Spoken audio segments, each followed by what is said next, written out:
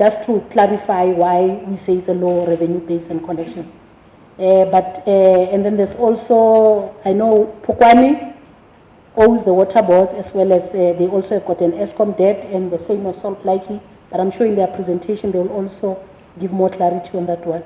I've talked about the last bullet already, and Chairperson, I hope that I've given more information that is required. Thank you, Chairperson. Thank you, MM. Thank you, MM. Problem if you have hung councils. So your councils are hung. Yeah. Thank you very much, Executive Mayor. Now we must invite the Executive Mayor of Sol Plaatjie Municipality.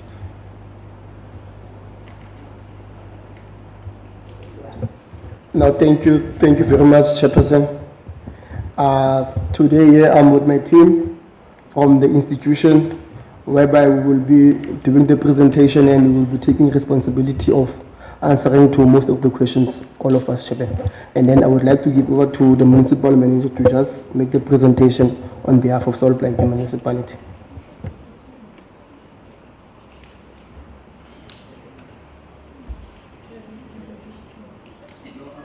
Giving you that leverage, Mayor. But I'm not creating a precedent. In terms of the rules of this House, only politicians make presentations. Then officials give a technical backup. But I'm allowing you only for today, because you welcomed us.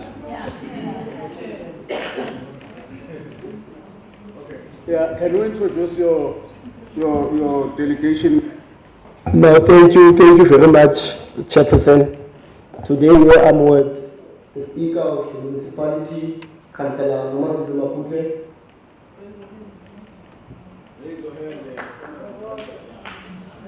And then I'm with the Whip of Council, Mr. Martin White. I'm also with my MMC for Utility Services, Mr. John Peterson. So help me God. And then I'm also with my MMC for Human Settlement, Councillor Noliche. And then I'm also with my MMC for Community Services, Councillor Anna Boto. And then I'm with the Councillor, the Chairperson of Safety and Security, Mr. Gabriel Mafokwane.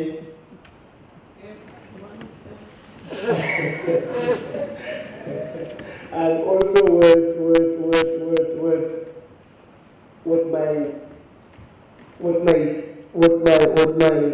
Councillor Chairperson for Corporate Services, Councillor Sonia Bosman.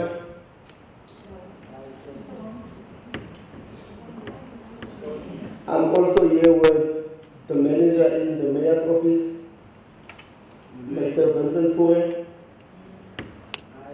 And then I'm also here with the directors of the institution, Ntate Bohachi, responsible for community services. And then I'm also with the technical director of infrastructure, Mr. Petro Sitole.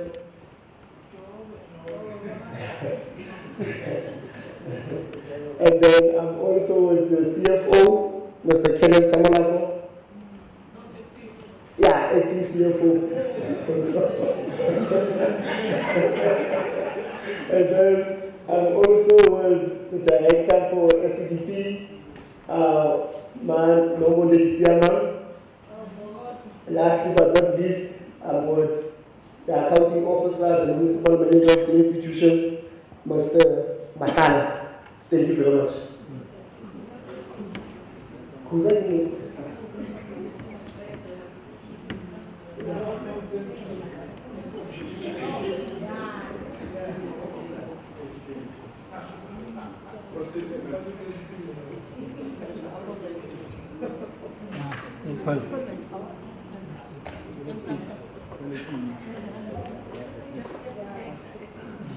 Well, thank you very much.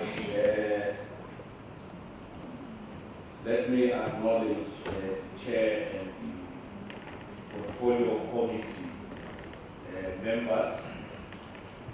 Let me also acknowledge the two MECs in absentia.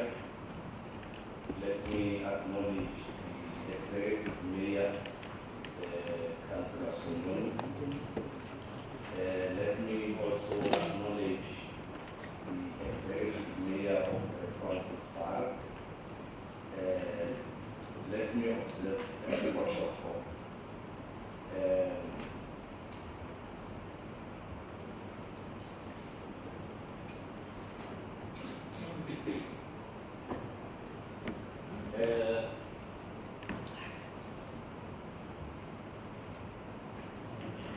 In terms of the brief that we were given by the portfolio committee, the presentation will cover the areas that were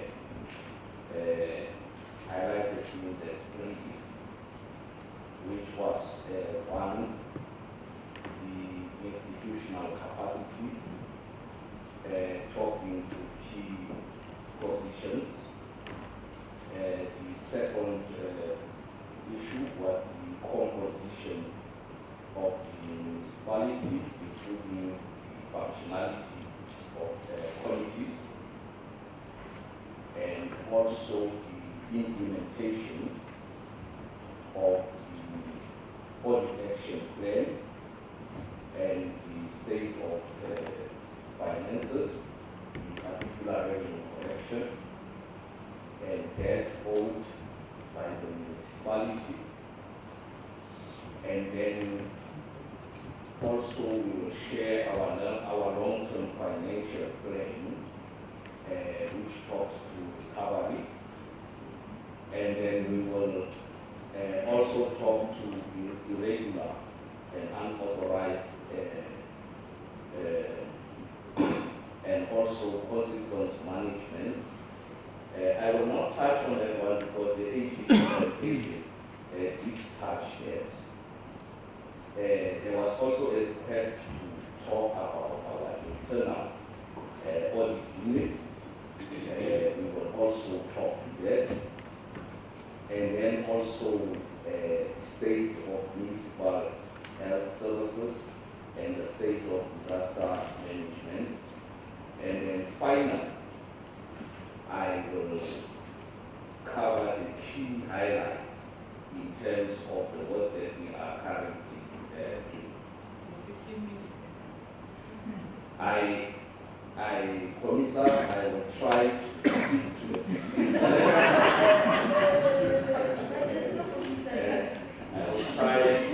I'll try to stick to the 15 minutes.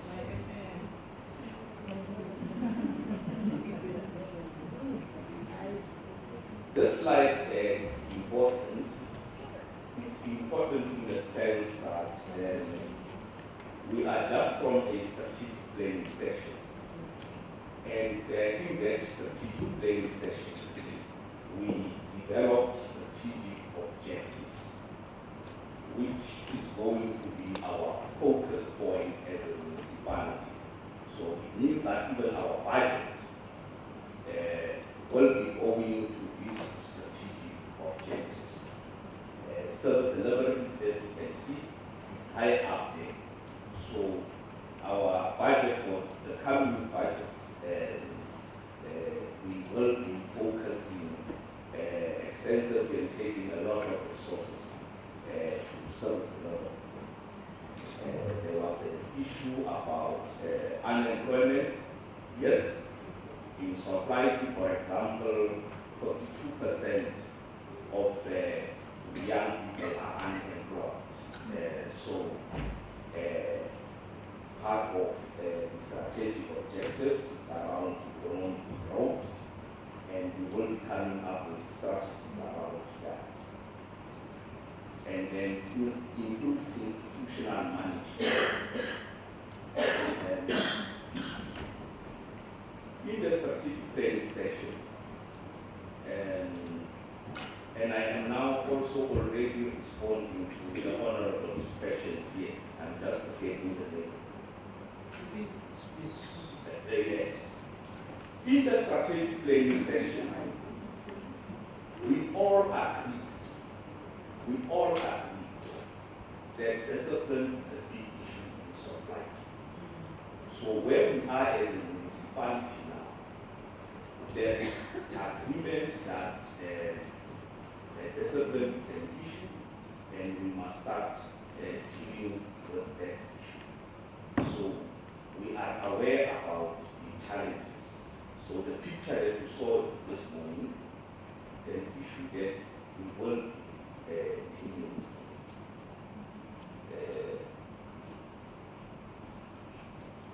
I think around key personnel, the position of the municipal manager is filled, the position of the executive director, strategy and economic development is filled, the position of the executive director, community and social development is filled, the infrastructure and housing services position is vacant.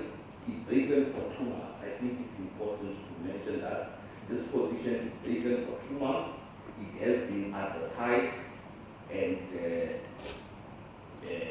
we are looking at, and this is the maximum time. We might conclude this before that time frame, but for example, the position of executive director closed yesterday. So we will just be taking a report to council to constitute the panels and then have interviews and fill the positions, the main positions.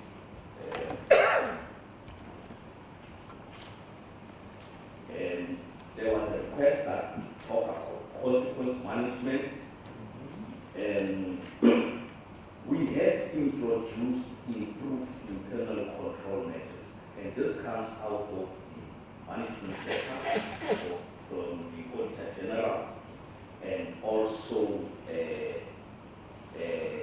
even when we look at our supply chain processes that improve a great deal.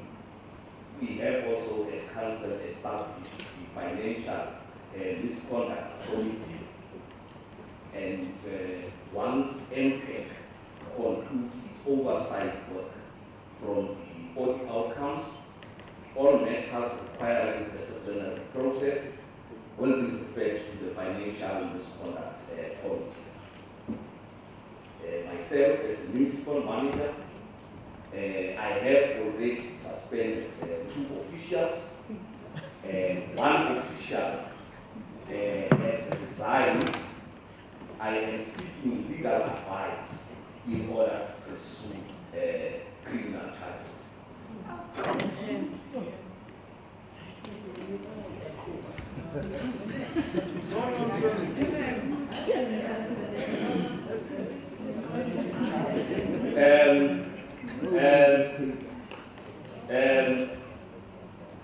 We, in terms of the structures of council, we have what we call 79, section 79 committees, and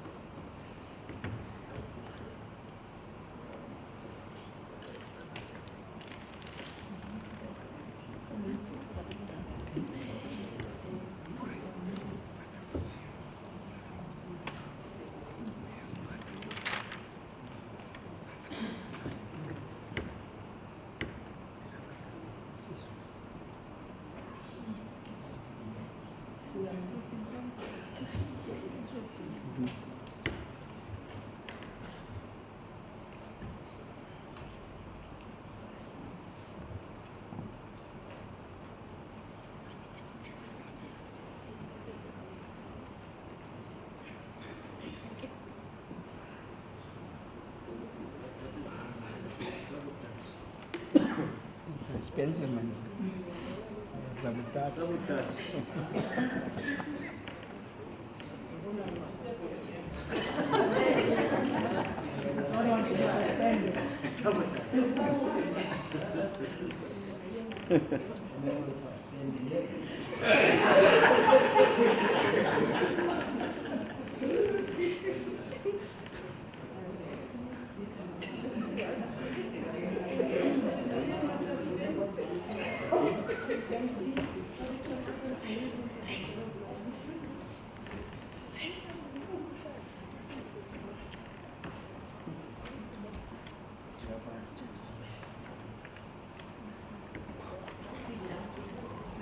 No, thanks. And let me try and see what I can.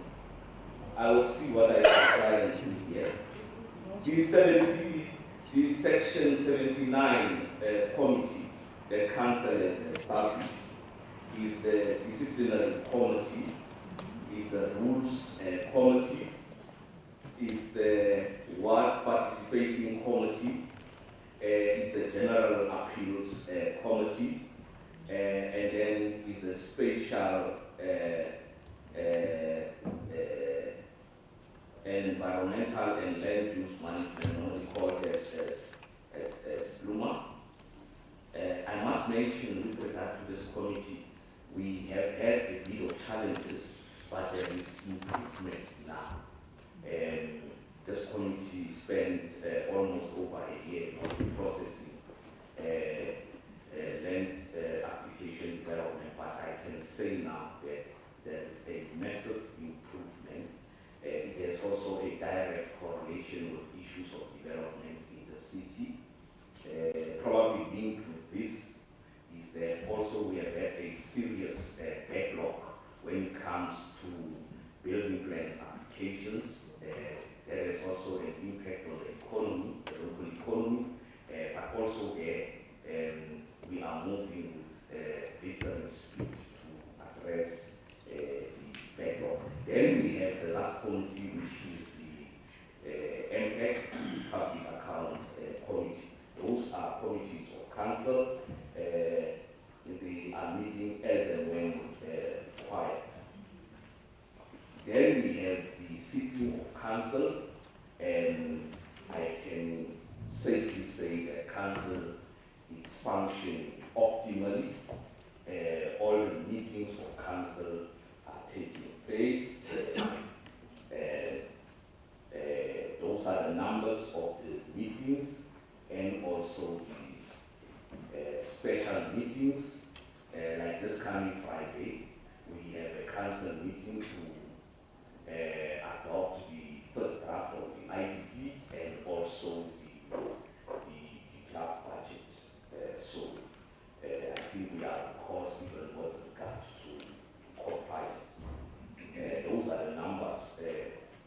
In terms of political parties represented in council, we have the ANC with the 3 councillors, we have the DA with 14 councillors, we have the EFF with 6 councillors, we have the Patriotic Alliance with 3 councillors, and then we have the Sol Plaatjie Service Forum with 3 councillors, and then we have the Freedom Fund with 3 councillors, Wood is having 2 councillors, and ACDP is having 1 councillor.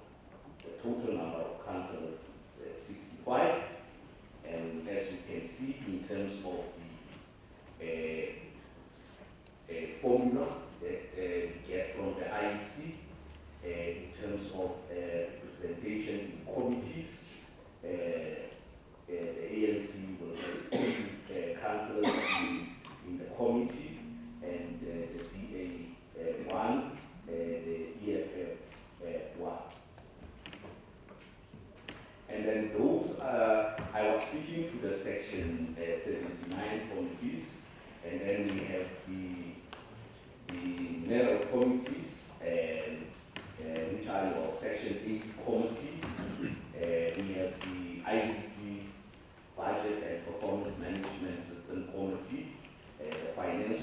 property, utility, transport, community services, human settlement, economic development, safety and security.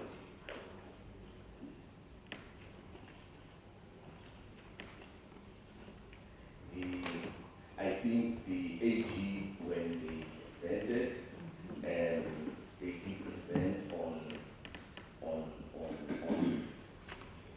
our trend with regards to reporting the outcomes.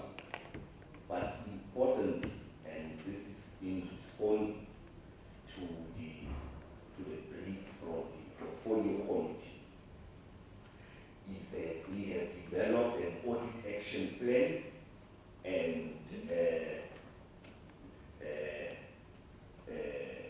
we have submitted it to National Treasury. The key issues there are asset management. It's a big issue. We have identified the root causes and also the remedial actions that we need to undertake to address the issues. I will not go through them. There are many. I will just try now. There was an issue about our performance and the predetermined objectives, and that we were getting disclaimers.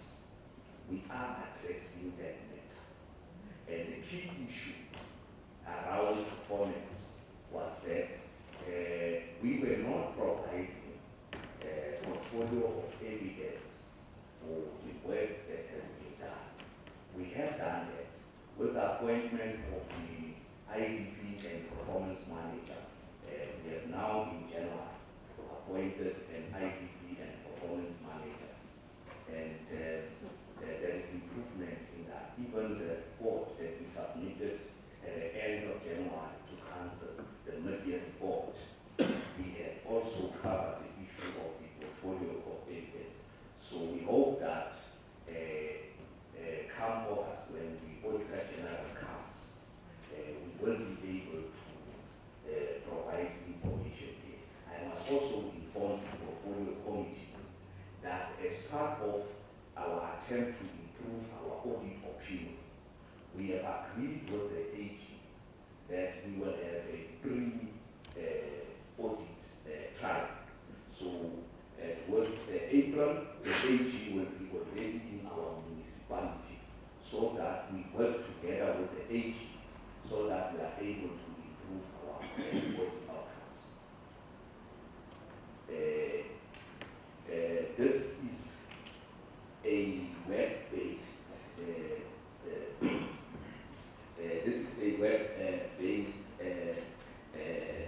maturity model from National Treasury, and it is about the audit action plans.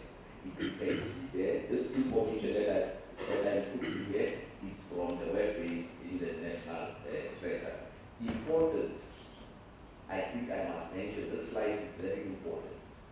We have established internally an audit action plan committee, which we meet every week to deal specifically with the issues that the AG has raised.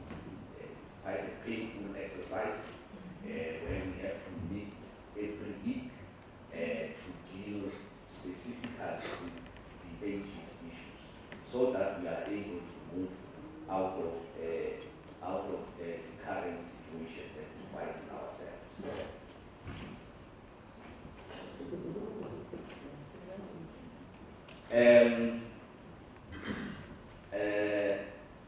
I still have 400 slides to go.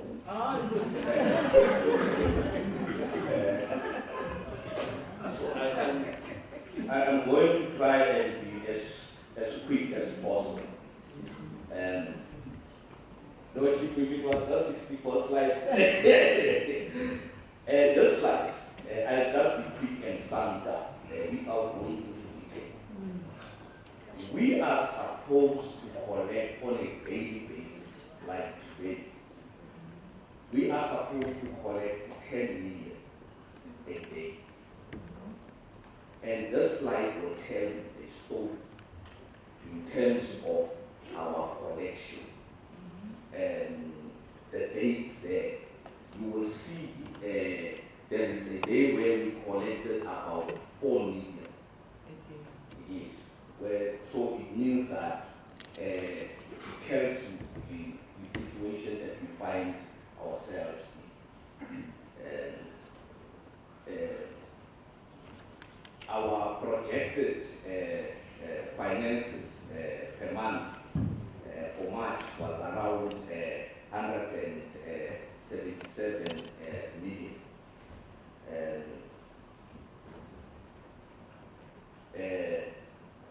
This is the billing slide.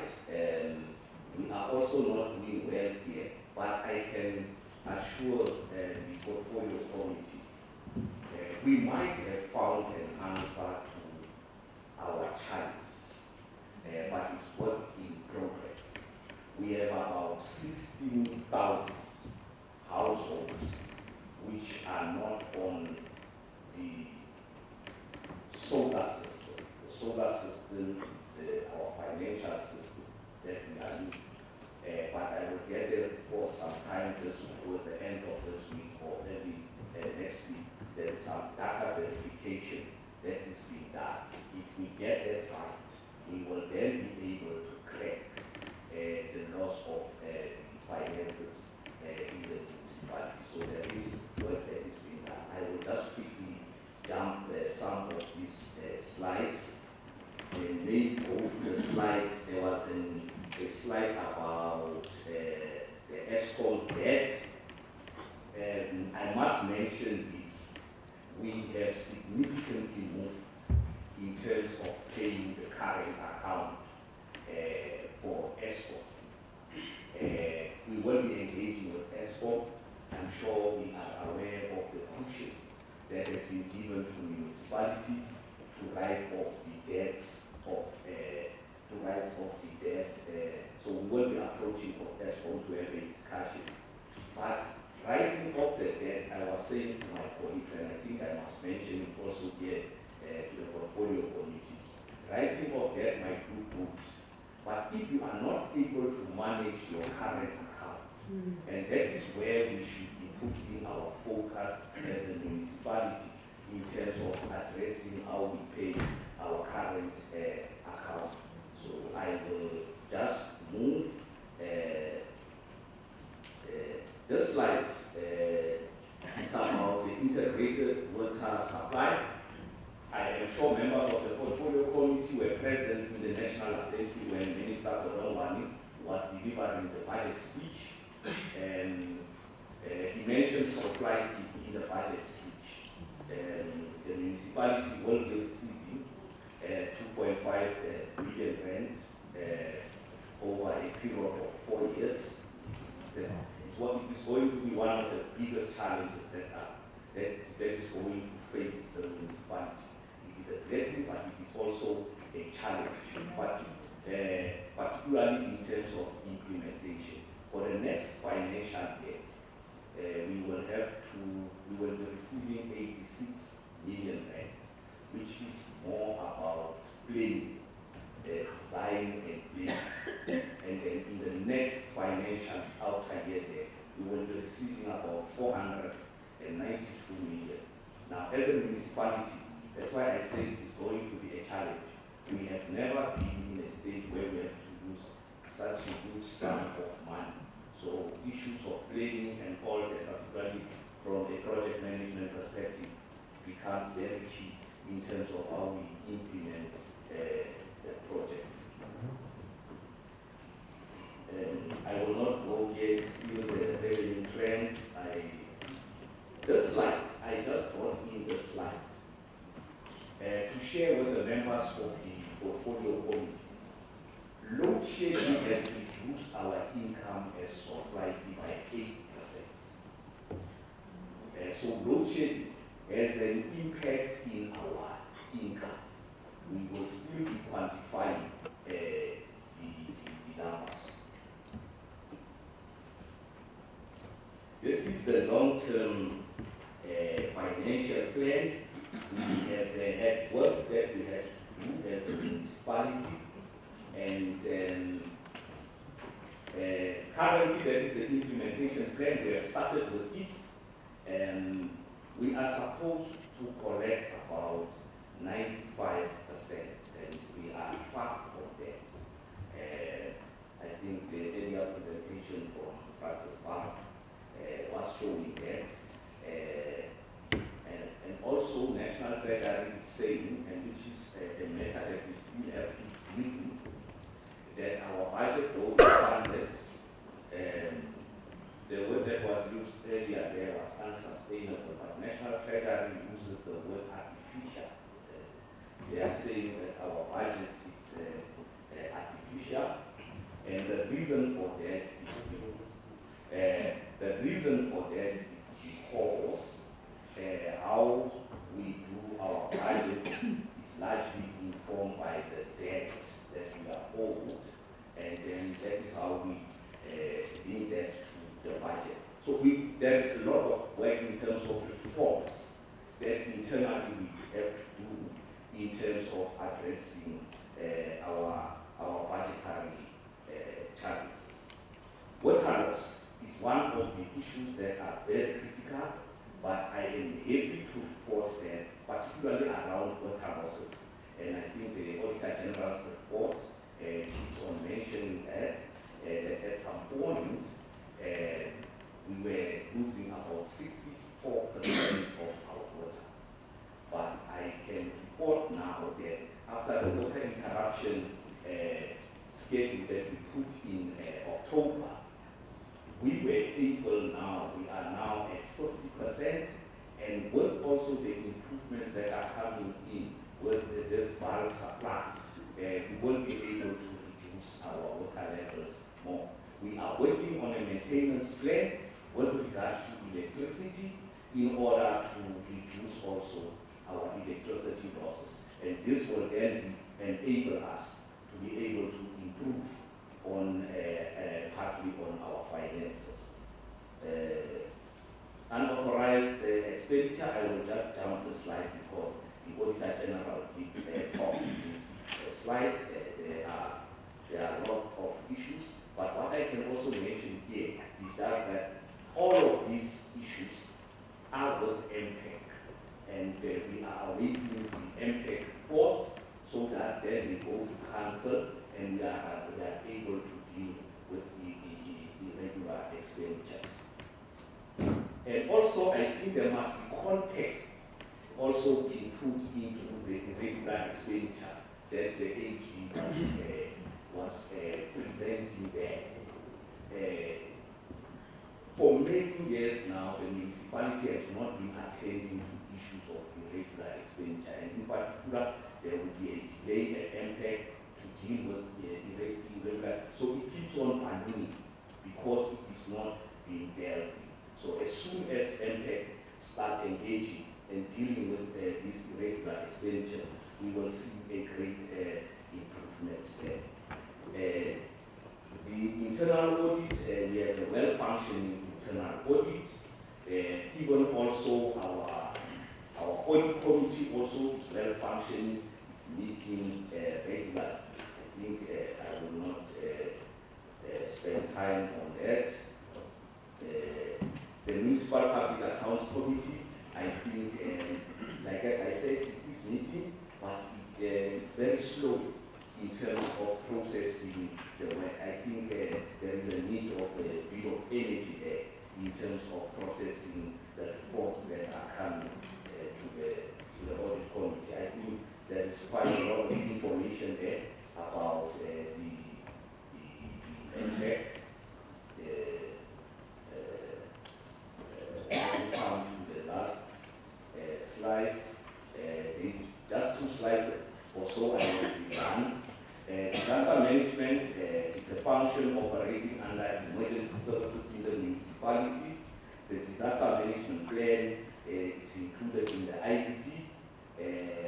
We also have emergency housing policy where we have disasters and all that. We attend to people who are having those challenges. Those are the achievements. We hope also to be opening up a fire fire station sometime next month in Bombay.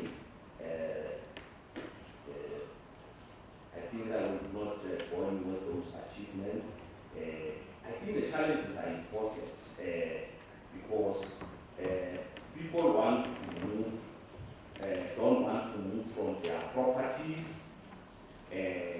but also the informal settlements. We find that the people go to low-lying areas, and when we have cumulative of late has high rains and all that creates a problem for this.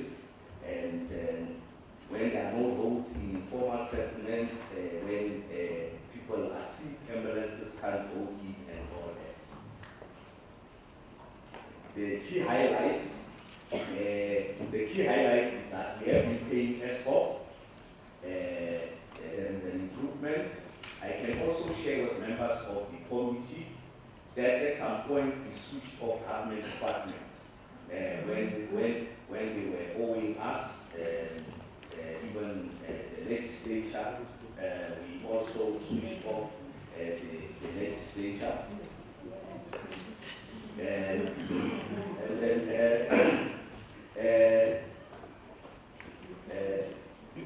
there are two projects which were not moving. I can say now they are moving, and the Department of DWS threatened to take our status as the Water Services Authority, and I think we have dealt with that matter. We are no longer under threat. Koha Pump Station was a big issue, and I know that the committee at some point raised it. I'm happy to report that that pump station is now working as we are talking, and also we have reduced the water level on the R21. We have an artificial lake on the R31, and I think with this intervention, we were able to address that problem. And we have also, which is very important, yes, Commissioner. We have a turnaround strategy that we have developed to deal with Honorable, I forget the name now. Honorable Smith, we have a turnaround strategy to deal with spending. And in fact now, there is an improvement. As I talk even now, there is a team in a place called Diamond Park. They have camped there for a week. They will be coming out of that place. That place will be dry.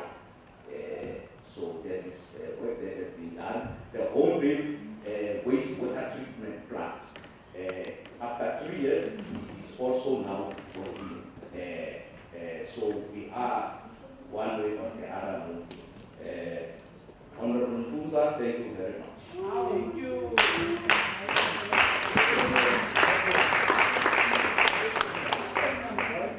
I don't know who ordered you there. You are violating the rules of the house. You must do that when you are action.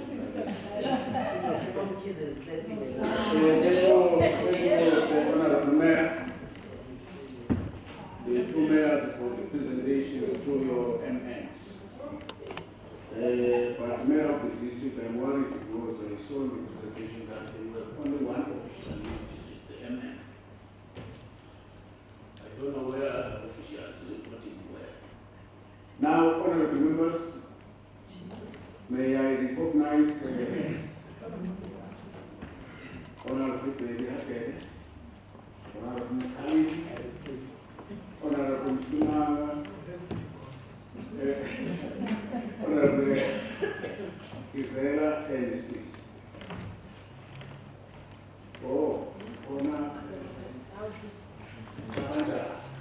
yes, in that order.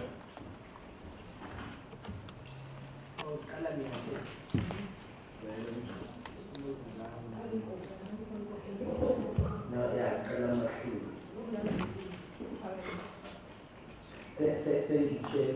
We welcome both presentations. Yeah, I think I'm going to focus on Sol Plaatjie. There are no issues at first,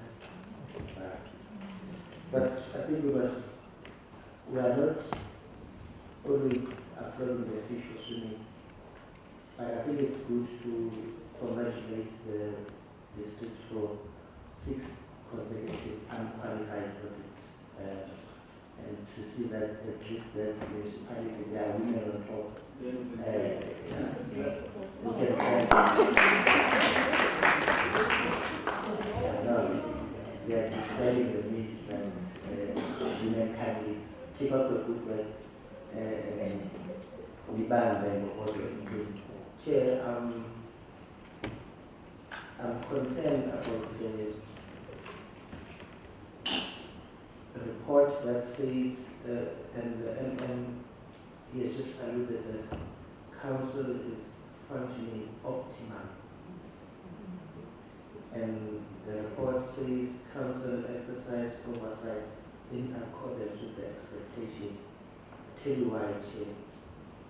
You had, if that's the case, you wouldn't have this situation where you had a CFO resigning in November 2022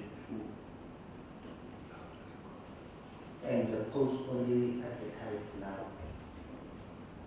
2, you had the Executive Director of Infrastructure and Services. His or her contract expired in January. Now, they did not wake up and realize that the contract will get expired. They would have filled that position before it expired. It takes, in South Africa, a turnaround period to fill any vacancy is 3 months. So if someone was honorable and you were there, you would have known that this contract will expire, and you would have advertised before it expires. You would have allowed a process of smooth transition and handover. You did not do that. Executive Mayor and the Speaker, it indicates that someone was sleeping on duty to allow the post to expire, and then only now you're advertising. Same applies with the one who has reached the retirement. The ED of Corporate Services. You did not make sure that you fill the position before the person retires. Now, how do you then justify executive mayor that you are fully functioning and you are doing your work as per the prescript of the legislation if you can't fill a mere position that you were well aware of prior its expiry date, prior this person reaching retirement? I'm not convinced that the municipality is performing at the stage where it's supposed to perform. 2, and I'm mindful of the fact that you started in August last year, and the acting personnel in the office of the CFO, I'm sure he started in December or November when the then CFO resigned. It's quite strange that you came in August, November, the person resigned. Can you get an understanding what led to the resignation of the CFO?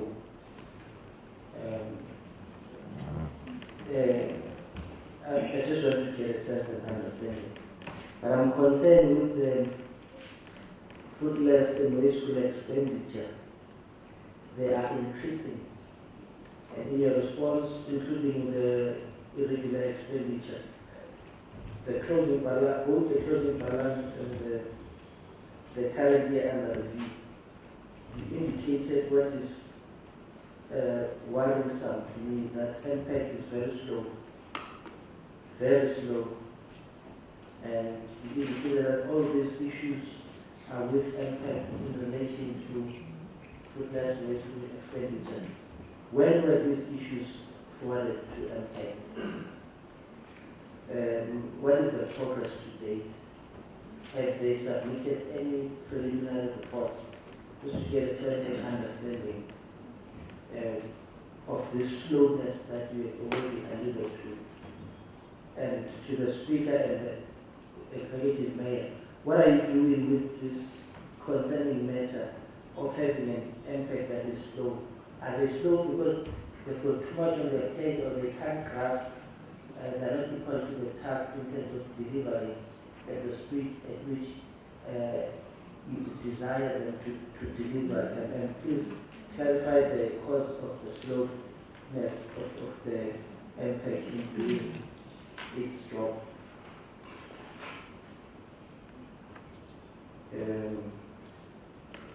Sol Plaatjie. I think you've touched on this debt of ESCOM that is escalating. It's also concerning that in 2021 the debt was sitting at around 137, but today in terms of the report it's 779 million. It's quite worrisome. I did ask the question earlier on the voluntary financial recovery plan. Have you considered adopting what was the advice given to you, that of going into a voluntary financial recovery plan? If yes, when will that plan kick in? If no, what are the reasons of not accepting the advice from the province of considering adopting the voluntary financial recovery plan?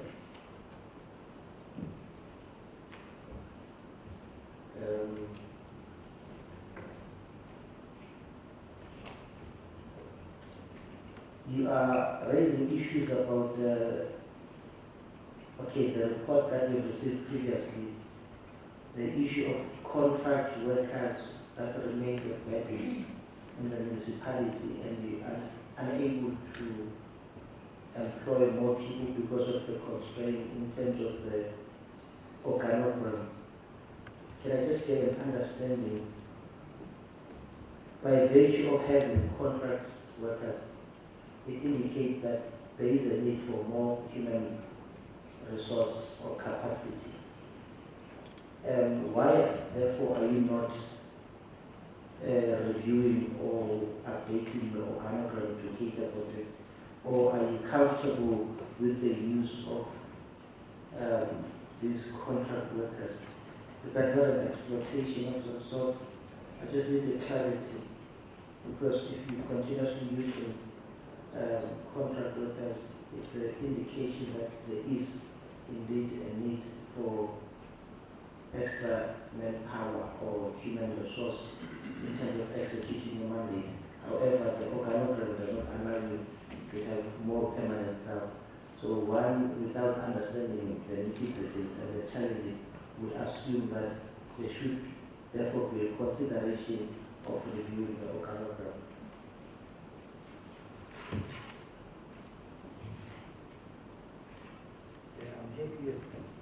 I'm happy you've touched on the issue that the AG has raised, that there were no investigation done on the root cause of irregular expenditure.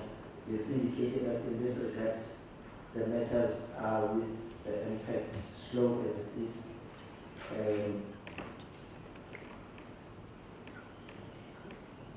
There's also an issue highlighted by the AG as well, the lack of internal controls to adequately prevent, detect, and correct misstatements.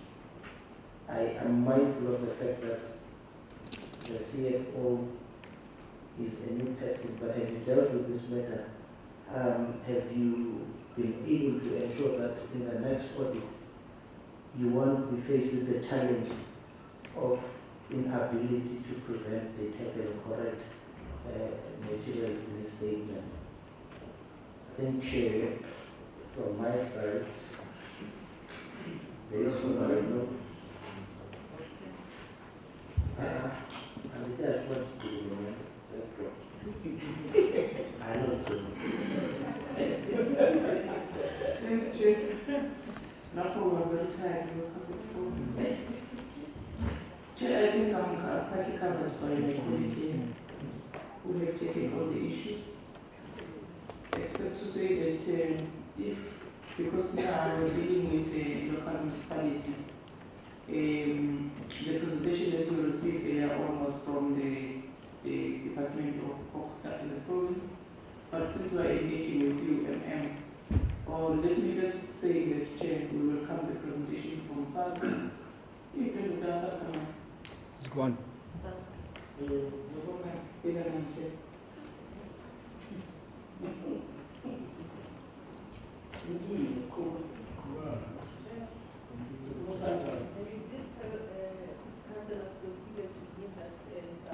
Yes.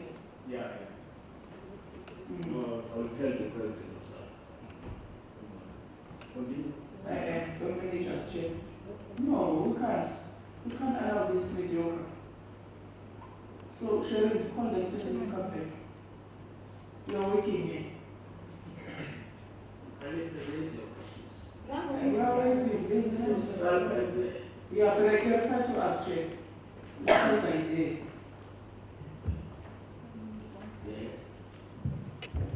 Thanks, Chair. I'm Councillor Matani. I'm also from Fast, also representing Saturday. Even the mayor of the district is also a PC member of Saturday. The mayor of Sol Plaatjie is also here as the NC rep on behalf of Saturday. So if there are any questions that needs to be answered by us as PC members, we are here because the person who was presenting is an official, a program manager for IGR in Saturday, of which I'm the chair of that portfolio IGR.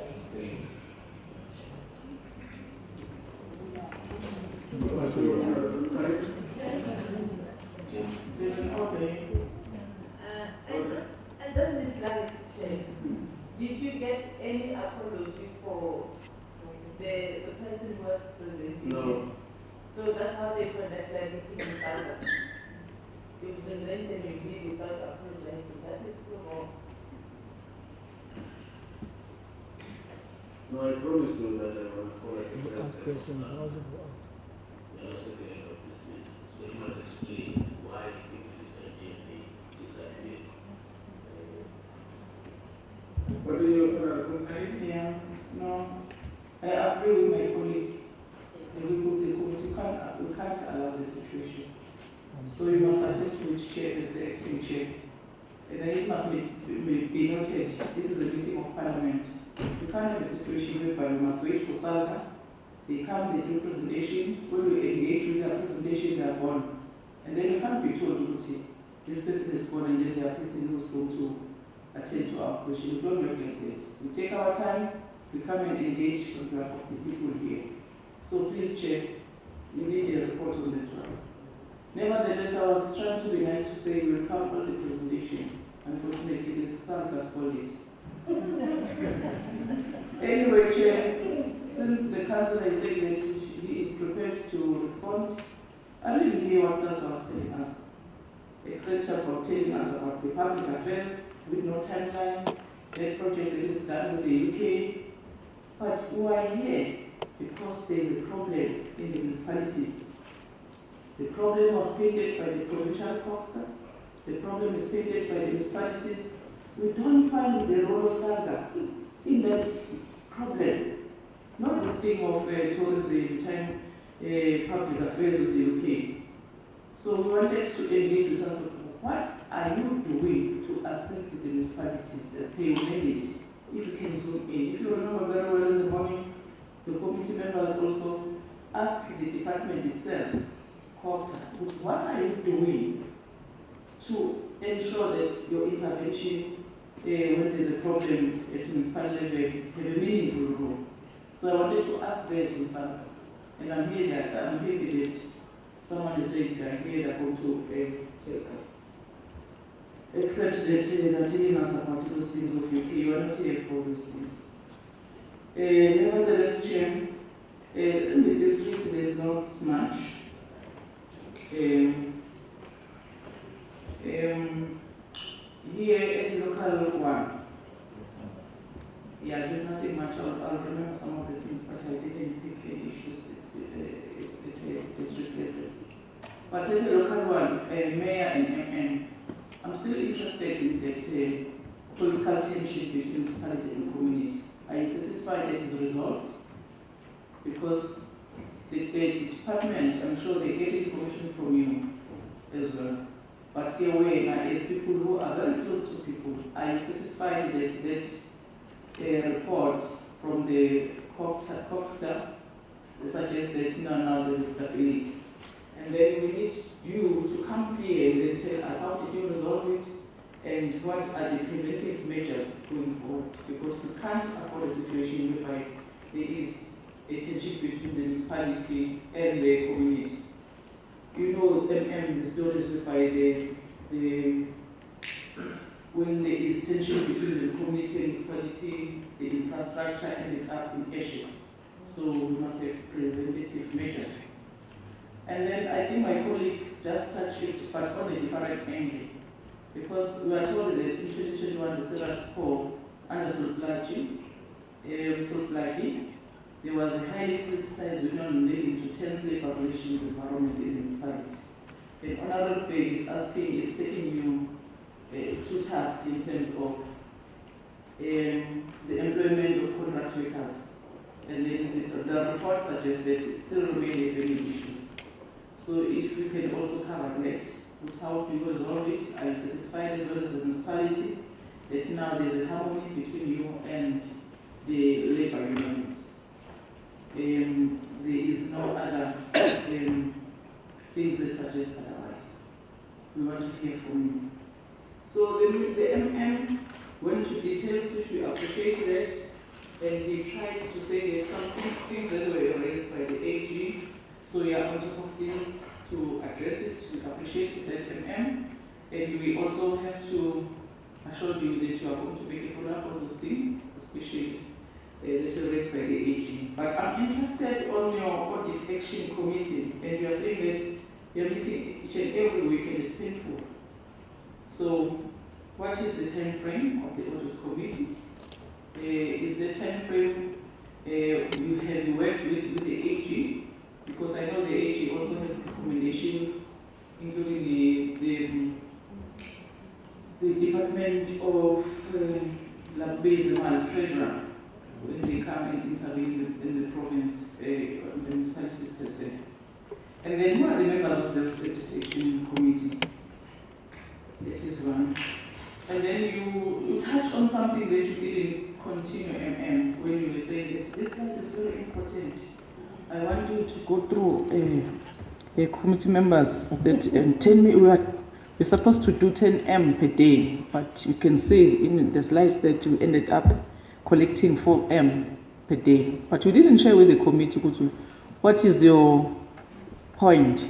Why are you telling us instead of 10 M, why are you collecting 4 M, and then how are you going to, what is your plan to address that?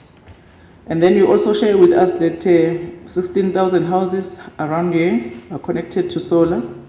And then you didn't even go to tell us exactly now, if that is the situation, what is the way forward? My interest is that, do you have an indigent policy here?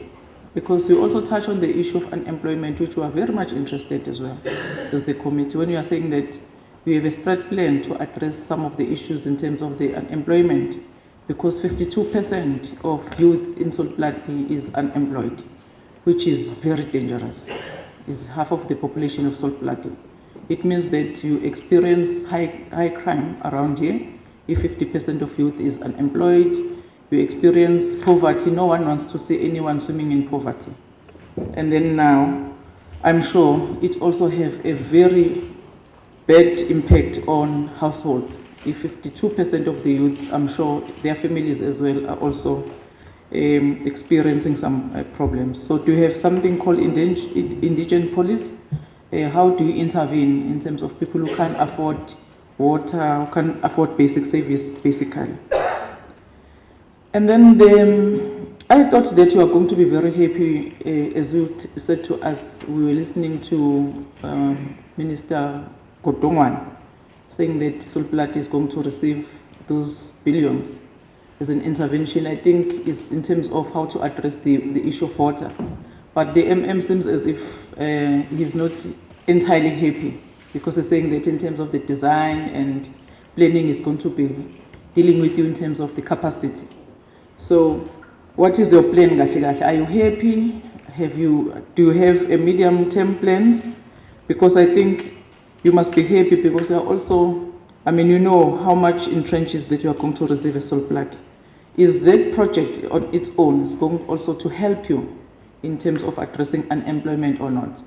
Because in my own understanding, Mayor, is that way you must also work very hard for that project to be very successful, is a blessing to Sol Plaatjie. That is my understanding, but I'm subjected to be corrected. So the issue of infrastructure, I think everyone who has been presenting here touched on that one. Is this project from the Minister Phokwane going to help you to address the issue of old infrastructure, which is a problem countrywide, not even here? And then the last issue is this issue of Section 79 committees that you also touch on. But I haven't heard you, talking about the ward committees. Are they functional? Are they also helping you in terms of dealing with that issue of challenges between the community and you? Because there's supposed to be a go between the municipality and the community if they are functional. So earlier on, when we were engaging with other presentation, I asked the mayor that I'm willing, or I hope that when you're doing your presentation as the municipality, you are going to touch on the issue of MPEC. But just touch it in passing, because those are the committees that are going to help you in terms of dealing with the issues of DC. And you also said to this committee, which is Committee of Parliament, we are in Parliament, you said, no, you have started to clean up your house in terms of DC. So is the MPEC happy that they are functioning? If they are not, what are you doing? And also that disciplinary committee that you also mentioned. So if you can also share with us, so far, how many issues that are in front of the MPEC, of the disciplinary committee, if you have. So on challenges, we mentioned the issue of floods, and people does not want to move because they are saying that their belongings are going to be stolen, etc., etc. And how do you also ensure that the municipality do assist people, especially those who are also building on a flatline zone, which they are not supposed to be? Thank you very much, Chair. Thank you very much, Chair. Let me first welcome the presentations as they were tabled here. I will start with Frank's part. There is nothing much that I'm going to raise with them. It's only just the clarity on the spatial planning. MM is saying Sol Plaatjie is the only local municipality that is not participating. I'm not. Yes, I'm not sure what is the reason of that. Just to get a sense, because I don't think I've managed to capture maybe there is a meaning that I did not get properly. I don't have my facts correct here, but you will correct me. Sometime last year, if not the year after, there is a municipality in this district, if I'm not mistaken, that went to Durban July using the resources of the municipality. That's what I'm saying. But I read it on the newspaper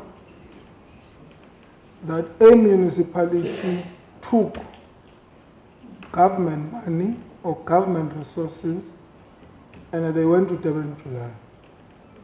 Now, understanding the life of that Durban July, you can imagine what was happening with resources of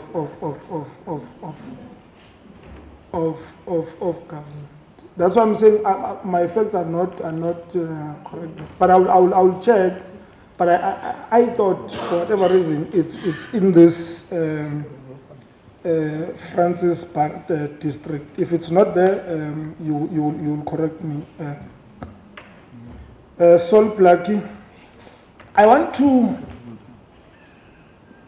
characterize or start engaging the number of issues that I wanted to raise. My colleagues have raised, but for me, you are presenting a picture that says you were thrown in a house that was on fire, but you are in a process of containing the fire. Now, it will sound unfair for me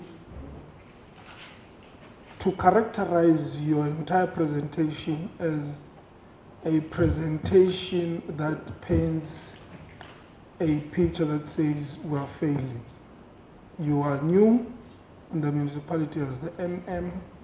The plans that you have presented, if they can be implemented to the latter, I believe they will be able to rescue this municipality. So I'm saying it will be unfair for me to then paint the whole situation as, because I understand that the municipality comes from a particular situation and it has been happening in many years. Now you are trying to change the situation, and changing the situation is not a child's play. So hence I'm saying it might be unfair. The only thing that I need to know is that what is the municipality going to do in order to make sure that they don't default paying the ESCOM debt?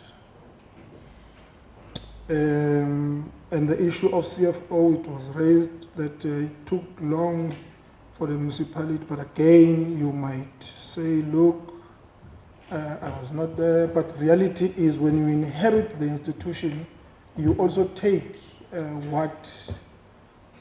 including the shenanigans that were happening. Unfortunately, you have to own them. That's what we are exposed to, unfortunately. So I'm saying it might also be not fair to, but of course, if there is a way, you must be able to take us to the light. The salary bill, it was raised earlier by Honorable Spies. For me, it's too high. We've got to find a way of making sure that we cut it up. Because we spend a lot of money in paying salaries and end up forgetting that our primary responsibility as the municipality is to make sure that we deliver services. And that is what communities expect out of us. We can't go to them and say, no, we are using your money to pay salaries. They want services, they don't want. So I'm saying, maybe just a sense as to say, what is it that you are planning to do in order to make sure that you cut down? So let me not waste so much time and pass it over to the colleagues. Thank you very much.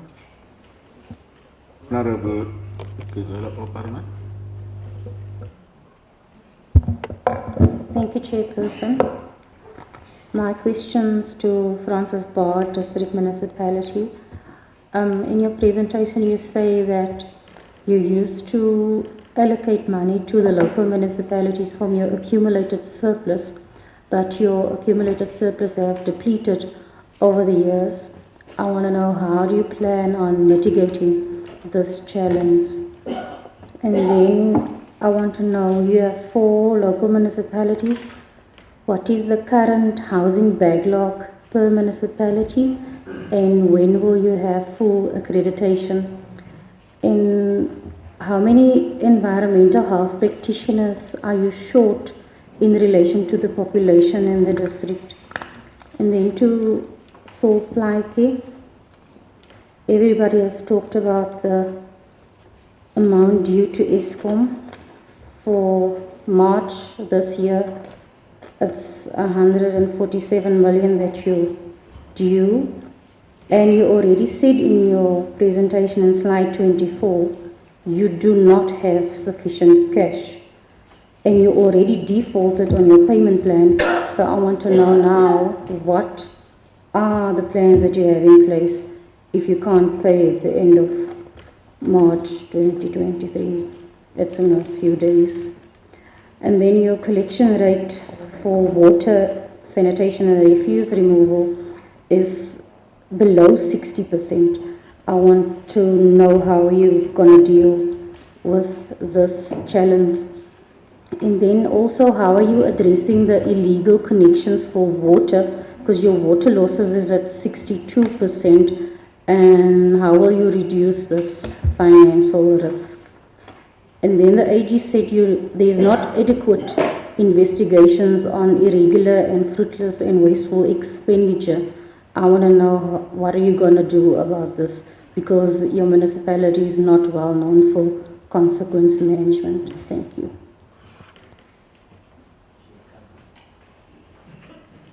Honourable Speaker. Thank you, Chair. My first question is to Salga.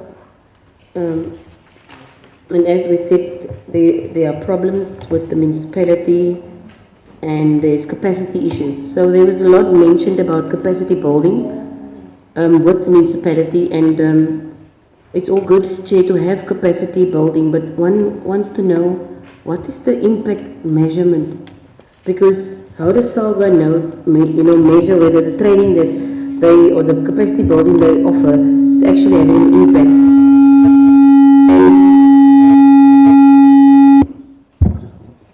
And I want to recommend that maybe you should look at making use of best practice. It was mentioned that the Hantam municipality is doing well, and maybe you should then allow some of the councillors from those municipalities to then maybe do a sort of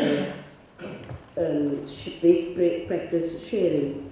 Because that's what we always get when Salga presents. They have all these programs, but then we still come months after that and we don't see any change. That's one. Then I just think I want to really compliment Francis Bart, and thank you, ma'am, and the team for a very comprehensive presentation. And we don't often get a comprehensive presentation specifically on LED strategies, and you've actually mentioned examples of actual things that you're doing that helps local economic development in SMMEs. And that is really refreshing. And you've also, which some of my colleagues know, I'm always into revenue enhancement. You've even mentioned how you could raise your revenue through, for instance, what you are currently doing, the lecture rooms, and then also the resort that you would like to then make work so that you can enhance your revenue. I just want to know, in terms of the lecture rooms that you hire out, that that money that you make from it, what are you using it towards? Is there a particular project, or does it just go into the kitty? Then on Sol Plaatjie, one of the first things after the LGE, local government elections 21, is that all of the municipalities that are now currently categorized as dysfunction, you were asked to or requested to table your municipal support implementation intervention plans. So it's said that you have all done that, you have tabled it in your new councils. My question is this monitored on a regular basis? Does it form part of a standing item on the agenda? Do you actually still apply that, or is it something that you have tabled but maybe it's gone? I take note of the fact that you have the Audit Action Plan Committee, as Honourable Kalipi has mentioned, but I would want to know if you really monitoring this, and if you see any results. Yes, any particular reason that you're not part of the joint tribunal? I know you have the option not to, but maybe what your reasons are for not being part of the joint tribunal, because you're the only municipality that is not part of it. Then to the Speaker of the Council, you know that your position is very key. You are after the Mayor, the next, it's a very strong position, very important, and you are the custodian of public participation. I've mentioned it earlier on. One wants to get a sense of whether the public is really involved in what is happening. The Speaker should actually, in the council meeting every month, report on the ward councillors' activities as well as ward committees. Because then you get a sense, and then you keep also ward councillors on your toes. So I want to know whether that's happening. That might be the core problem of your political tension with communities, because maybe the public participation isn't running as it should. I'm almost done, thank you. Then you on your asset register, on your assets. One audit finding was that you have disposed properties that is still on your investment register, and that there is a problem with the reconciliation of these properties. Some properties could not be traced, and there was no proper investment management methodology used, which means you're sitting with something, probably a crown jewel that you could have used for revenue enhancement, but now there is no sense of what is where. Some couldn't be found, some is not reconciled. What are you doing with regards to that, in fixing that problem? I know it was found, it says that you're working on, but what specifically are you doing in terms of that problem? Because I think you are losing money, or properties cannot just disappear from the property register, or it can't be categorized as investment when it's actually not an investment property. Then your indigent applications was also not properly validated, which means you could not reconcile. Some people were getting indigent subsidies, but they were not necessarily people that were supposed to get it. Then the other one was there was debt written off without council approval. Was there any consequence management of who was responsible for that? What happened to that? Because also, again, that's money that is just leaving your kitty, and no one, maybe you will give us that response, but you are sitting maybe on money that you're losing, and you're doing things that you're not supposed to do, because I can't see anyone writing off debt without council approval. The last one is on your floods that you had December, January. You had floods in the area, am I correct? It's alleged that there was emergency funds made available for flood victims, and when flood victims applied, they were told that those applications were in abeyance due to the lack of funds. And I just want to know whether that's just an allegation, or is it indeed so, and if so, why? And thank you, Elim, for mentioning the fact that there will be disciplinary actions towards officials and that are acting inappropriately, not doing their work. One would like to know in future what has happened in terms of a report. Thank you very much, Chair. Thank you, Honourable Member.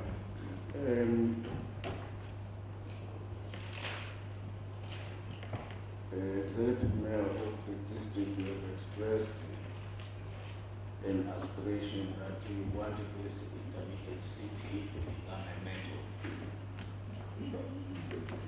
Is that aspiration finding expression in the vision of the local municipality?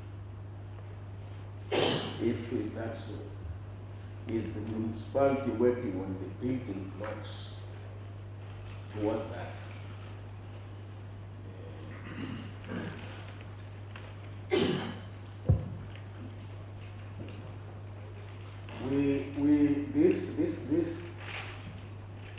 This second engagement with Sol Plaatjie is primary to us. That's why we're here.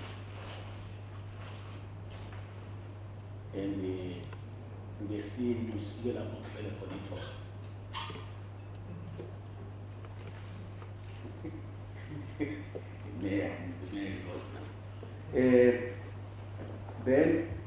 the issue, despite that we are going to be given a report by Coxstar and Provincial Treasury, whether that issue is set aside by the court, we obtain the perspective now from the province. We want to know from you, Mayor, why did you take the province into court? And don't tell me I was not there. When you assumed that office, you took over liabilities and assets. They are yours. You can't say I was not there. You are there now. Why did you take Coxstar into court and prevented them from investigating your municipality? What was it that you were covering?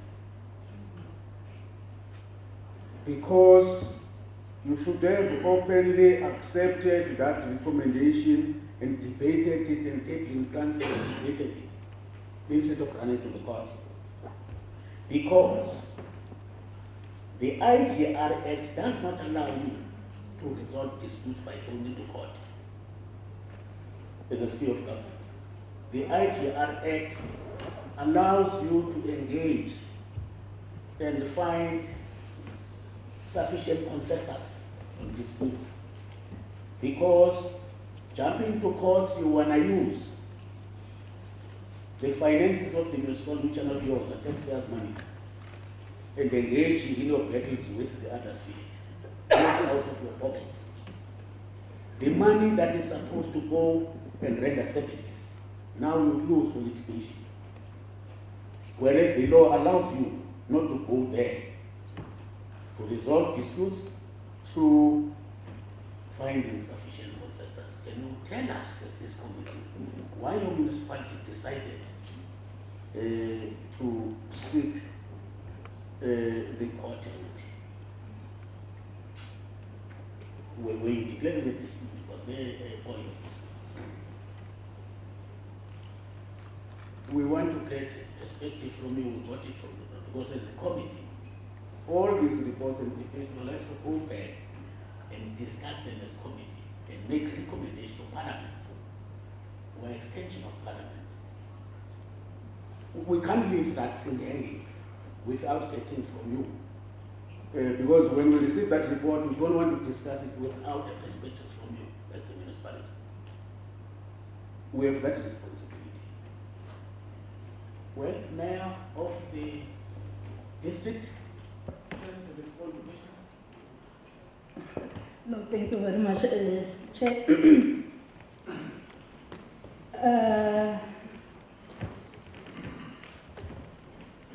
We are getting there.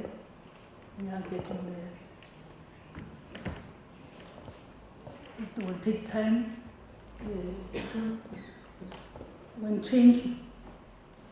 When you come in an institution, you bring change. Not everyone will accept change. And not everyone will be comfortable with change. I'm speaking now just giving the on Sol Plaatjie our wish for it to become a metro. Then, Chairperson, let me just maybe, as you have alluded, even if we were not part of,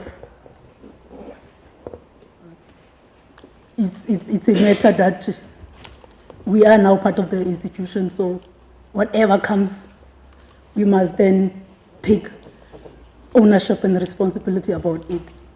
Maybe on what you have alluded about the case,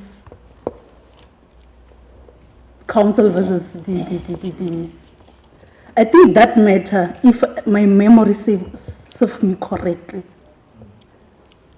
the individuals took Coxstar to court on how the matter was then, the process of the matter itself, how it has unfolded, because they were not given an opportunity to give their side. If my memory serves me correctly, I think we talk about the 106 of Sol Plaatjie of 2018, if I'm not mistaken. If I'm not mistaken, and by then was the CFO and the MM. They took this matter to court based on how the process, how the department then conducted the process. I think it was those technicality and those, if really my memory serves me good.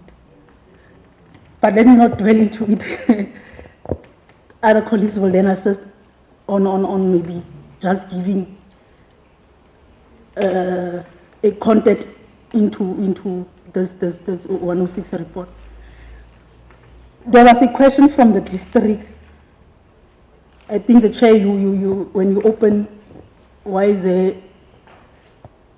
acting stars in the districts?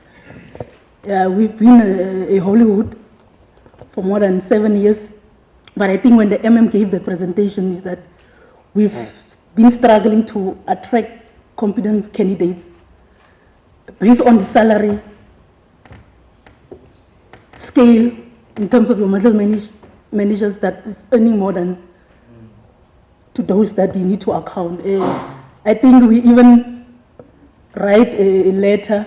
We've been writing letters, waiver, with the support of the Department of Cooperative, but when it goes to the national, then we don't get any approval. So hence we are still struggling in terms of, but really to be honest, the team that is there, that is acting, as you could also see the audit outcome, we are managing the institution as a collective and as a team, making sure we put in efforts, because we are in an environment, in a space of local government that is over-regulated, which every day is a new thing. And I understand when the MM of Sol Plaatjie was saying, hey, this allocation that is coming is going to be tough, because every week, every month there will be new regulation on how to the supply chain policies that keeps on changing every time. So we are at a space that we also really also need to lobby the national. We really need to come up with an amicable solution in terms of local government, because we also feel that the budget model of local government is really not speaking on what we are facing on a daily basis, because we are at the heartbeat of our communities, and we are the first entrance of our communities when they have challenges. And you will get some of the functions are not even with us, but we respond to them. We are not building houses, number one, but we only occupy the land, etc., but we are not building houses. And you have some of the functions that at your Department of Social Development, which community members, when they will come to local municipality, and we need to accommodate. We can't say we don't do that function, go to the province.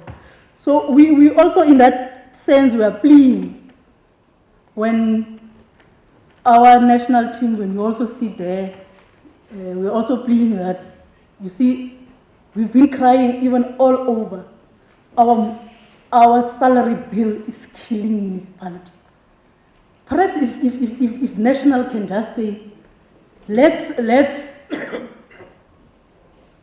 take the responsibility of salary bills of local municipalities. Let us take that responsibility, and then you leave what we are getting giving the municipality to address service delivery. Maybe we might see a change if that salary bill can just be taken away from local government and then sibone ukuthi singayaphi. But to be honest, this is a most difficult field, and I have to applaud the Sol Plaatjie municipality. I mean, for who came in less than 6 months could come and make these changes. Whether it looks is not major, but it's major. In the history of Sol Plaatjie, it's huge. It's huge. You've been having a critical position, which is your IDP manager post, vacant for 7 years, which deals with service delivery. It's very critical, and you just came in and you appoint. It will take a little bit of time, but with the support that will be given and the council giving support to the accounting officer and make sure that all these vacant positions are being filled, we might see changes in the next six months. I will invite the committee to come and make an assessment. There will be changes. Thank you very much. Well, Mayor, every member posed almost over 10 questions for yourselves. So you will have to allocate yourself and respond to all those questions. No, thank you very much, Chairperson. I think some of the questions were just a repetition. Most of them, if not all of them, but most of them, I have kept them here. The first one dealt with the issue of senior managers that their posts were vacant. I think we must agree and appreciate that there was a serious lack of oversight from our side with regards to the appointment of senior managers. But I want to assure the committee today that once the committee leaves here, they will be given direct, specific indications as to when will this post be filled. We are in a process whereby we will be having interviews, meaning that we will be filling all these vacant posts that were vacant for quite some time. And also, let me just make a correction as to the vacancy of the CFO. The position of the CFO only became vacant in December last year. And also, let me also answer the very same question that was raised to say the sudden resignation of the CFO. The CFO came and said, due to greener pastures, she would like to move away from the institution. That's where we've left the story. And then she resigned a week after.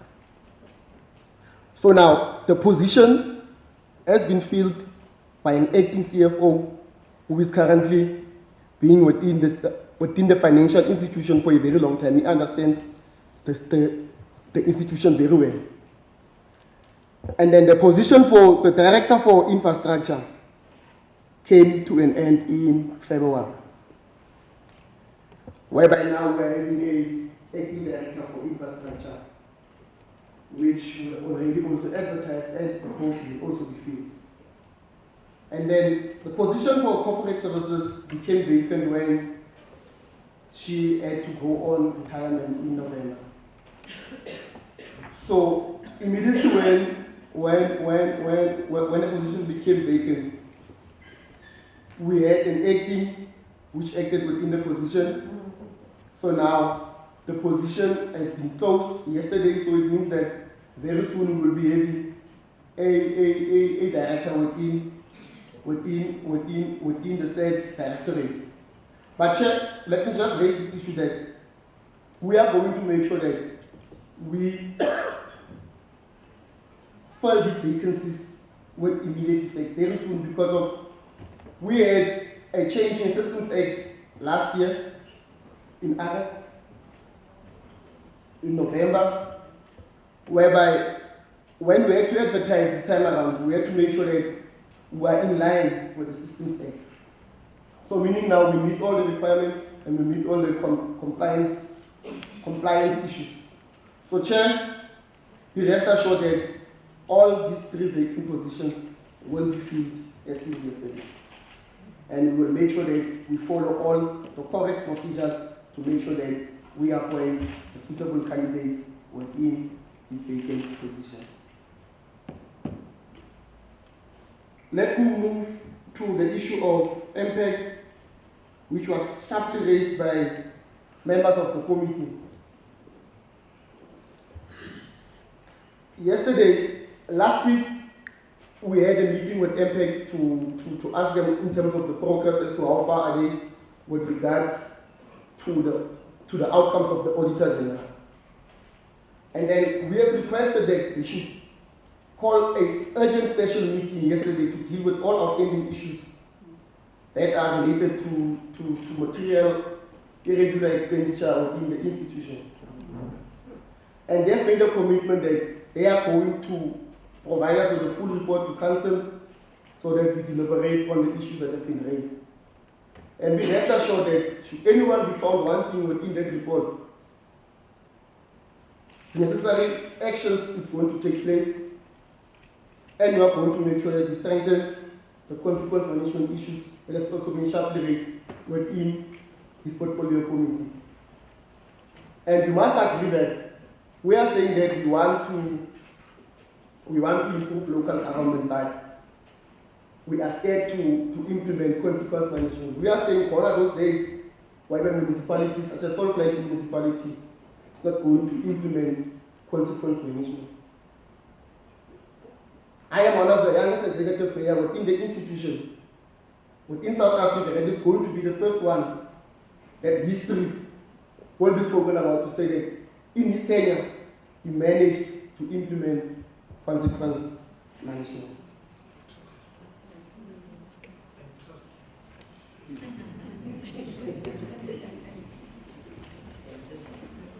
Now, Chair, also, we must appreciate the work that has been done by the Impact Committee, Chair, because they are dealing with a serious backlog of issues that have been raising, that has been coming along for quite some time now. So they've been trying to deal with them. So meaning that now very soon, they will all be having all that consolidated report, which will be debated in council, and then recommendations will be given out as to what should happen next. And then on the issue of contract workers and the broker staff, it is indeed true that we are having a broker staff within the institution of Sol Plaatjie municipality.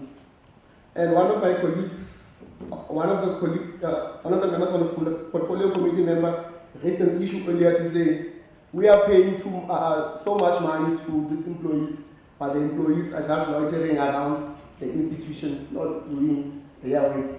But I think I must just clarify, Honorable Spies, sorry, Honorable Spies. Honorable Spies. Sorry. Earlier on, what happened, it's community members that are coming to see councillors within the corridors. Yeah. It is not municipal workers who are just loitering around. That one, we are very serious to say that we want you on the ground, we want you in your spaces, we don't want to see you loitering around the institution. The issue of the brokered work staff is that we are recently from our strat plan, and one of the recommendations was to say that we need to review our organogram. From reviewing the organogram, we would see as to who is needed within the institution. And we are going to be frank and clear on issues that if you're not assisting the institution, we think that it's time that you pay and leave the institution, because it could be fair, it could be unfair on our taxpayers that we are paying you money, but there is no value for money in what you are doing. So we are going to review the organogram, and we are going to implement the necessary recommendation that is coming out of the review.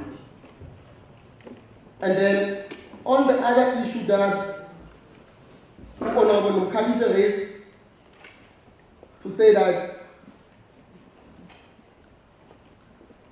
we are having this high unemployment rate within the Sol Plaatjie municipality, and it also means that our jurisdiction is infested by high crime rates and all other issues related to unemployment.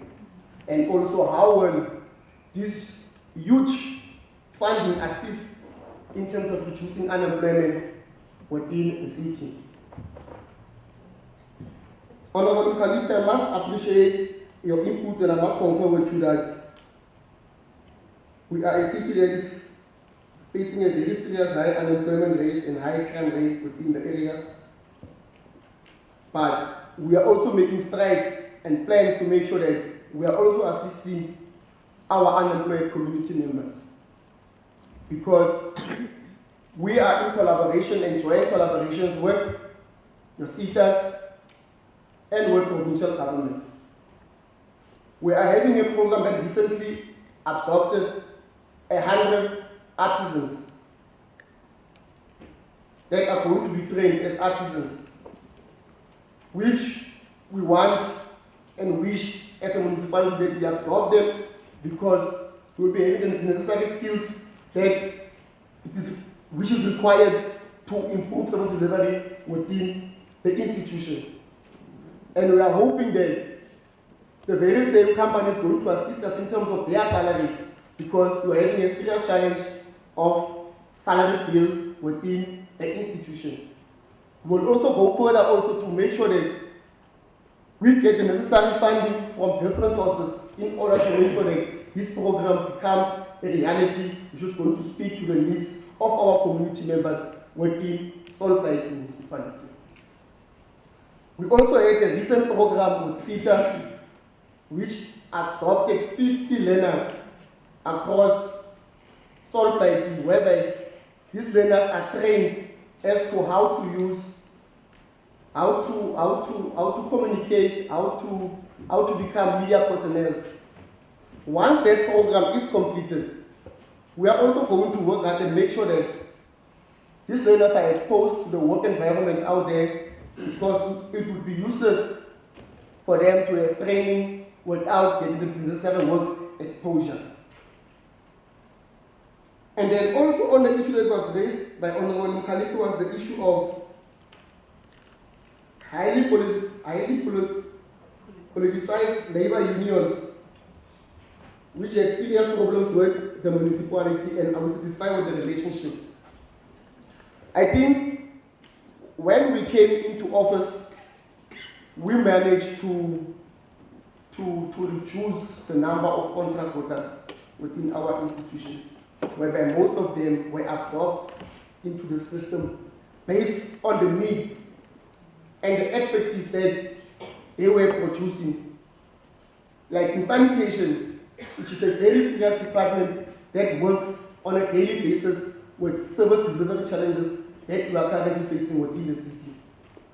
So we managed to absorb some of the workers that were on a contract basis to come into the institution. And that led to the unions being friendly with us as a political institution and the municipal department and the administrative department, because we managed to meet one of their demands that they've been crying for a very long time, that why are you not absorbing our contract workers? I will make it clear that we're not going to absorb anyone because of we need to absorb. We are going to absorb people that are producing necessary services that is required within the institution. The issue of the pilot facility infrastructure grant is going to address most of our aging infrastructural challenges that we've been having in the Sol Plaatjie municipality for quite some time. And I want to differ with the municipal manager to say that this program is giving us problems and sleepless nights. I'm quite excited for this grant, because of it is going to respond to all the needs that our people have been raising within Sol Plaatjie municipality. Sol Plaatjie municipality has been having issues of water interruptions for quite some time because of the aging infrastructure that we are currently having.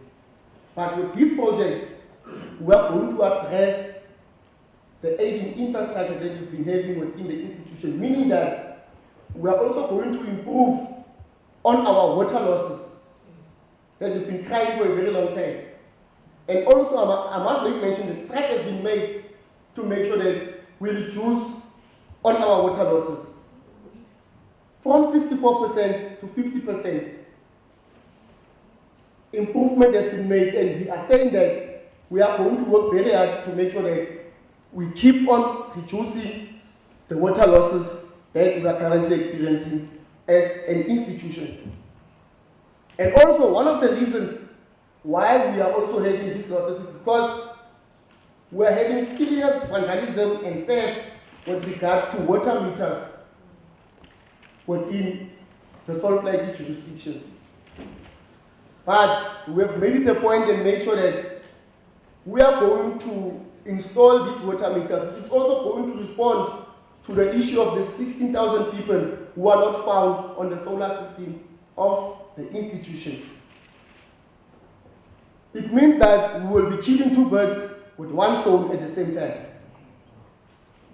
And we are going to make sure that our indigent policy becomes very vibrant to our community members, because you would get our community members are unemployed, they can't pay services, but they are not registered as indigents. We are having weekly programs within communities and in radio stations whereby we are informing our community members about the importance of registering as indigents. Because once you are an indigent, it means that you are exempted from paying some of the services that the municipality is providing. And then on the other issue that was raised, it was around the people refusing to move from the flats area.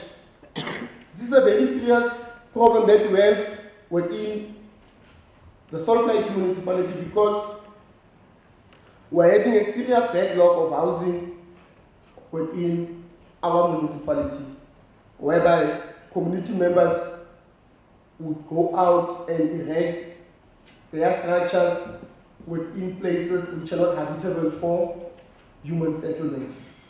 Now that creates a problem because they would be occupying areas which are hazardous to human beings.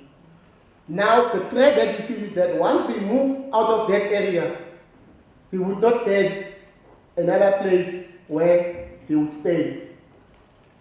But we are working hand in hand with the Spelam community to make sure that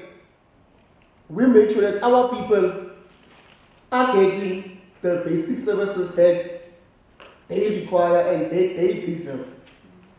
It can't be correct that our people are left within flats and then they are refusing to move out of those flats. We need to get them the necessary proper accommodation where they will be able to live and where they will be able to have a life with their families. But also we need to also enhance how do we communicate with our community members, because it is important and it is important that they know about some of these areas which are not safe for human settlement.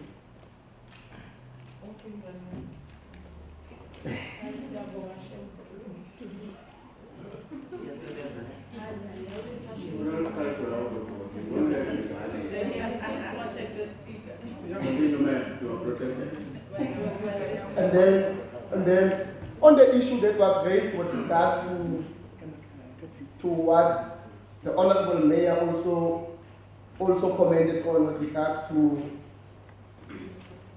the 106 report. I think she captured it very correctly and well to say that two officials who were implicated within the 106 report took the report to court, not council taking the report to court. So I think that's the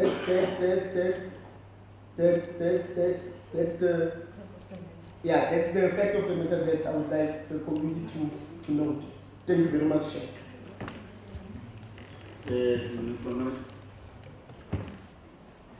No, thanks. I will just address one or two issues that the mayor did not raise. Let me say upfront, Mayor, I agree with you. I'm also excited about. I'm also excited about the BFI grant. But as an administrator, I'm a realist and a pragmatist.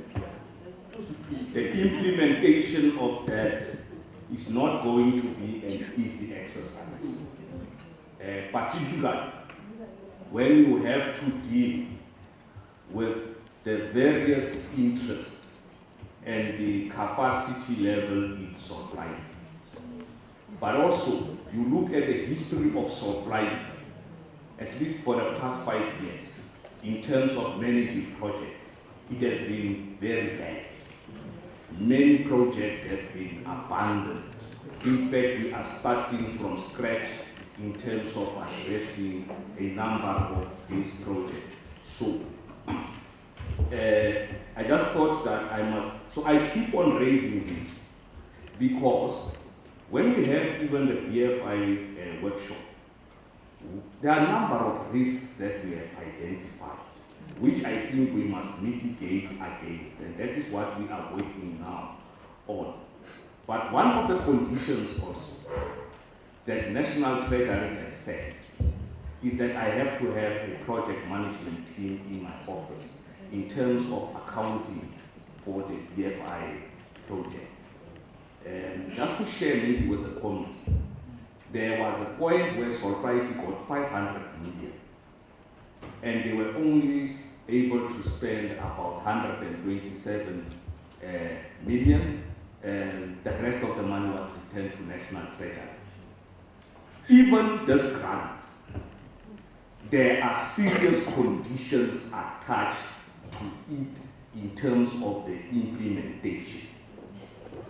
So I keep on saying this because yes, this grant is going to address the water problems of Sol Plaatjie and Kimberley for the next 50 to 100 years. But what is it also going to do? It is going to unlock economic development in the city. Just in terms of jobs, the projected jobs from the project itself, it's almost over 1,000 jobs that will be created because we will be putting in a 27-kilometer pipeline, almost replacing a 27-kilometer pipeline from Riverton to here in Kimberley. And also refurbishing the Newton reservoir and so forth. But I'm just saying that the excitement of the grant, if not managed well, and I must emphasize this, if not managed well, can create a problem. So we need to manage it well. No decisions must be taken that are bad around this project. Because if there are decisions that are taken elsewhere which are bad about the management of this project, it might create problems.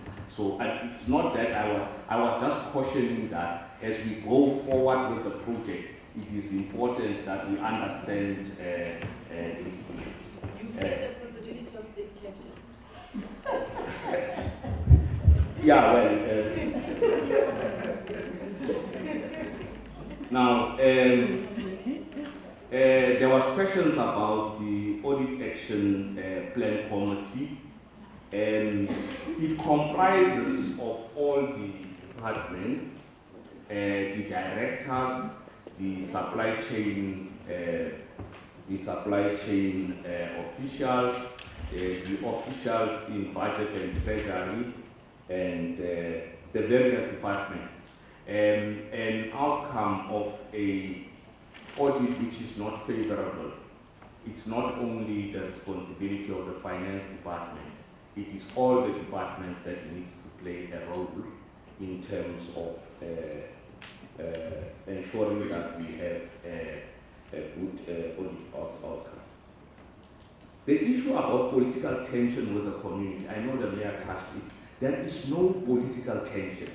It was probably, that report is it's an outdated report, and there was tension after the 2018 unrest.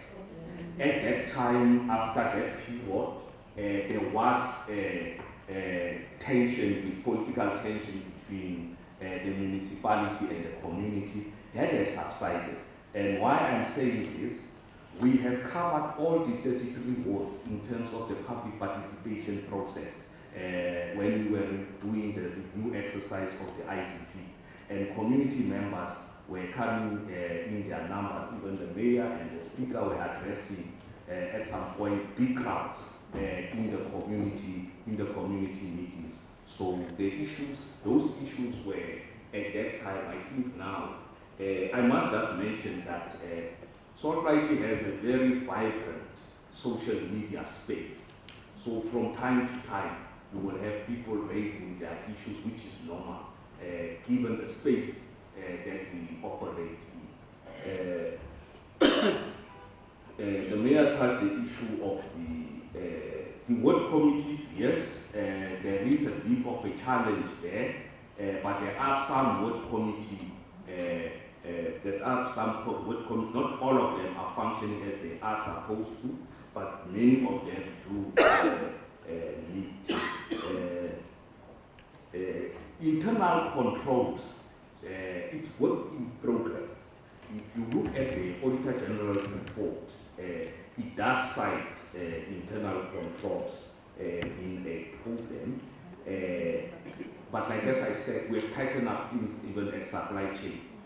You will see that even many of our employees are starting to complain in terms of the procedures, the tedious procedures that they have to follow around issues of procurement. But that is the intention there, is to make sure that the internal controls are observed. The unions, I think the mayor did mention the unions. I must say that, as the mayor has said, I've been now here for, 9-10 months. There's never been any major labor issue. We regularly meet. The local labor forum, is meeting regularly. Even tomorrow also, the local labor forum will be meeting. And we are addressing issues of the labor. We will not be employing in positions that are not critical. We are only going to focus on what I call golden positions, which are your service delivery positions. And that is in an attempt to address the salary bill. We are currently around 35%. National Treasury has put a norm of 40%. But if you look at municipalities the size of Sol Plaatjie, like your George and so forth, their salary bill is way there around 25% or so, or even 24%. And that is where we should be going as Sol Plaatjie. The current salary bill is not sustainable, particularly if we have to respond to service delivery. So it's a matter that it's work in progress. We will be going, like as the mayor has said, through an organizational re-engineering exercise as Sol Plaatjie. And this is not only about even positions, it's even about systems, it's even about procedures, it's even about standard operating procedures in the organization. so that we are able to respond to the work that needs to be done. There was a question about the slide which says 4 million. What does it mean? That slide effectively is saying, if you look at how we are collecting cash, basically we are not doing well. Even, I must even mention here, the municipality is technically bankrupt. And we need to move from bankruptcy to where we at least break even. Now, how are we going to go there? What has been happening when we were experiencing a low income or cash? We would normally block people prepaid and so forth, so that they don't get electricity and then they come and pay. But what we have realized is that we have two systems.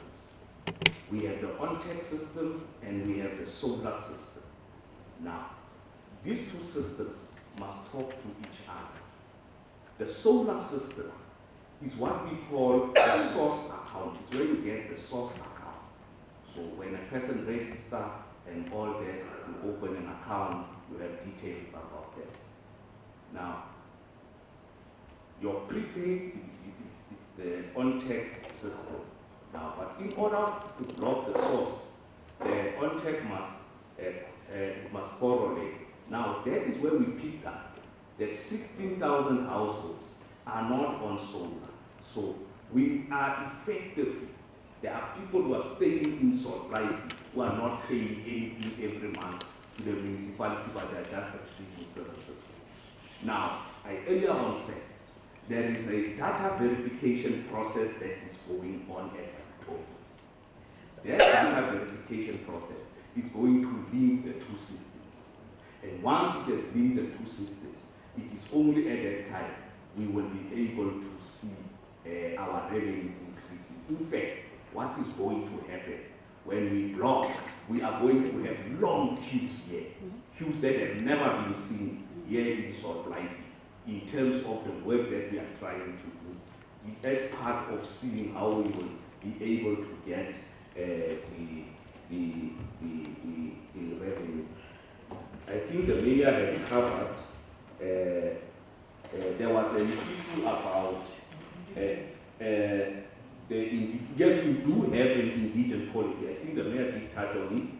We have an indigent policy, and I guess the mayor is saying he normally goes to radio stations, and even ward councillors will talk to the community, but also there is a program that we have put in place in terms of increasing the numbers. Because part of our equitable share is that our indigent register is very low, and the indigent register influence the equitable share. There was the issue of the assets, property missing in the asset register and all that. We are aware of that, and as part of the remedial action in the audit action committee, audit action plan committee, the asset team has their own detailed plan, and they are working on this matter. In fact, we hope that we will be able to correct this matter in the next audit finding. What else am I missing out? I think defaulting on ESCO. Once we are able to improve our income, we will then be able to meet and be able to pay the ESCOM current account. And we have, I think from August last year and up to November, we were paying our current account. It was only in December when we started experiencing problems. And in December, while we were experiencing problems, it's because we had to pay employees bonuses. And that threw us off. And but this month, I think last month, we were able to pay 85 million to ESCOM, which was current account, and we are trying our level that we have improved. If you look from where we come from, for the last 6 months or so, we have improved in terms of how we deal with it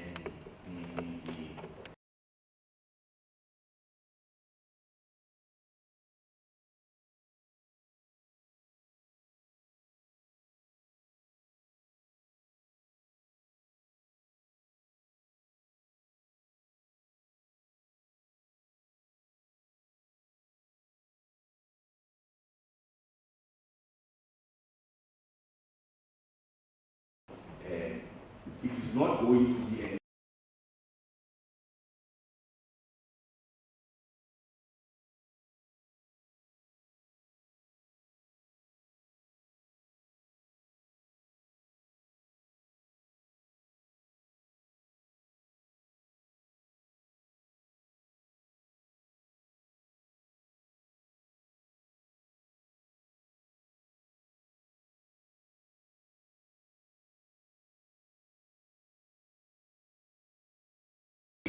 management process. It's unfortunate, it's the reality of the situation. No, thank you very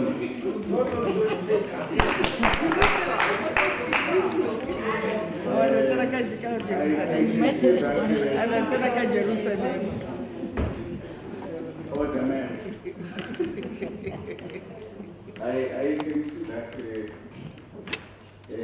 and we have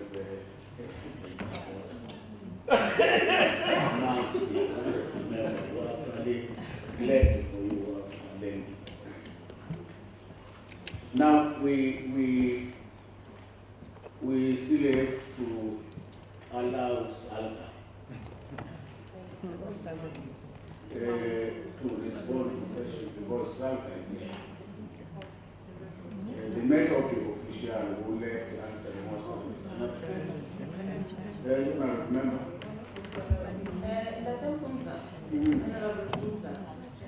Can I propose that we don't get any response from Salva? Will we check their response because of their behavior? Are you seconding Alipo? Yes. Committee? Secondly. Okay. A bit of business, yes.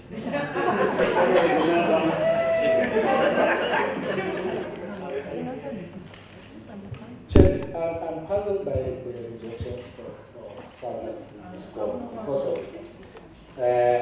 Earlier on, I think Honorable Kalin cautioned COPTA when they were responding to say, according to the House rules, all officials need to respond to give political will.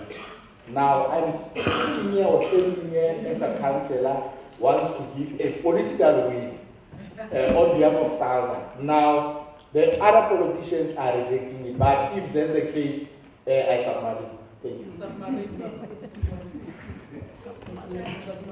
I am surprised that you are now a submarine. You are no longer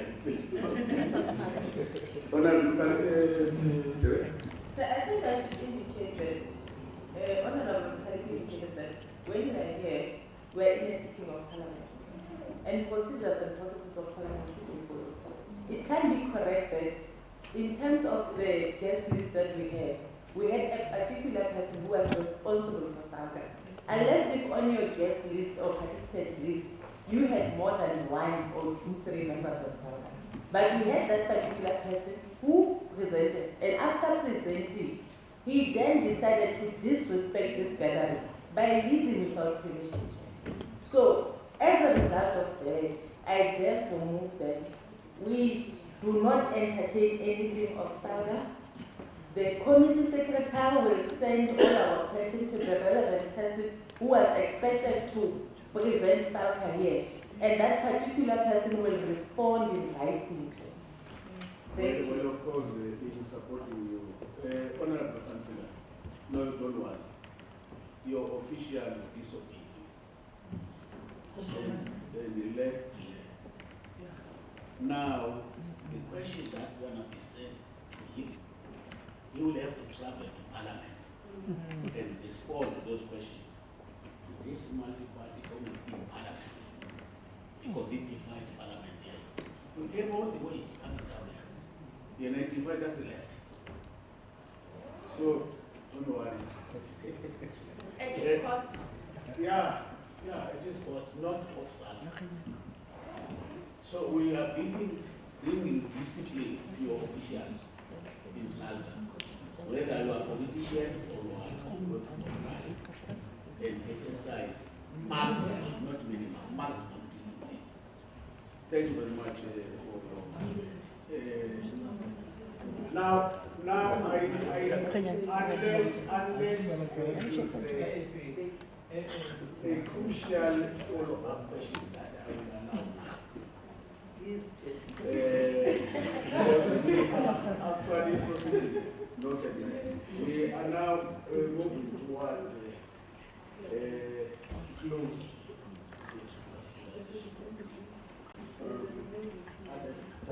It's not a problem per se that requires an answer, but it's an advice to say, whenever, I think I was expecting the amendment of executive mayor to say, in future, whenever the post is about to be vacant, they have put measures in place to ensure that they will advertise while the person is still, because it's not a surprise that you are going to retire. Where I come from, there's a policy on retirement that 18 months before you leave the institution, the post will have been advertised and you would have been allowed an opportunity to hand over, and whoever comes in to take over, you allow that process of smooth transition. That's what I was expecting, and if that doesn't take, then you advise that at least look into ways of ensuring that we don't sit with the post that is vacant for 5 months, 2 months. In South Africa, an acceptable turnaround time between any vacancy is 3 months. Thank you, Chair.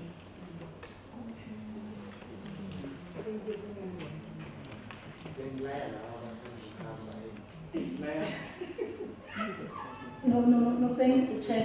I just wanted to give the municipal manager just to respond on the question of spatial planning. Why is operating not assisted? Just give over to the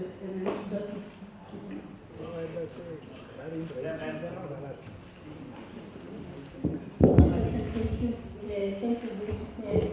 Quickly, Chair, just to say that in terms of SPUMA, municipalities can decide to form part of the district joint planning tribunal or not. So I think the consideration of Sol Plaatjie was that ordinarily they receive more applications because Kimberley seems to be economically viable than the 3 local municipalities. So their applications, if we were to consider them in a joint planning tribunal, they will actually form part of the bigger chunk of the district planning tribunal. So that was the consideration, but it is allowed in terms of the law that they can either go their own way or they can form part of the joint committee. Then the second issue that I think was raised was regarding the issue of the accumulated surpluses. How do we intend to ensure that we survive beyond the depleting accumulated surpluses? I think we are now looking at various revenue streams, one of them being under environmental health with the air quality. Most of the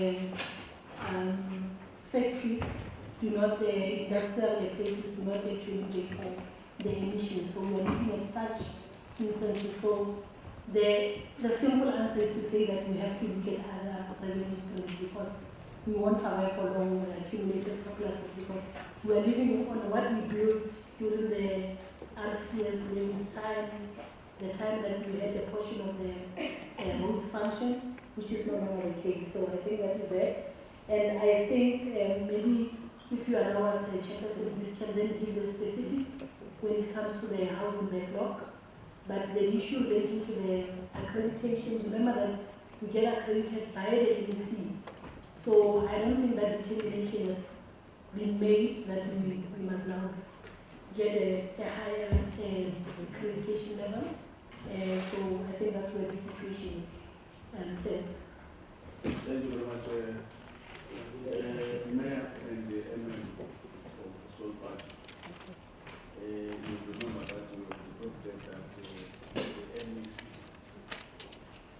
must provide detailed details on this issue of section files.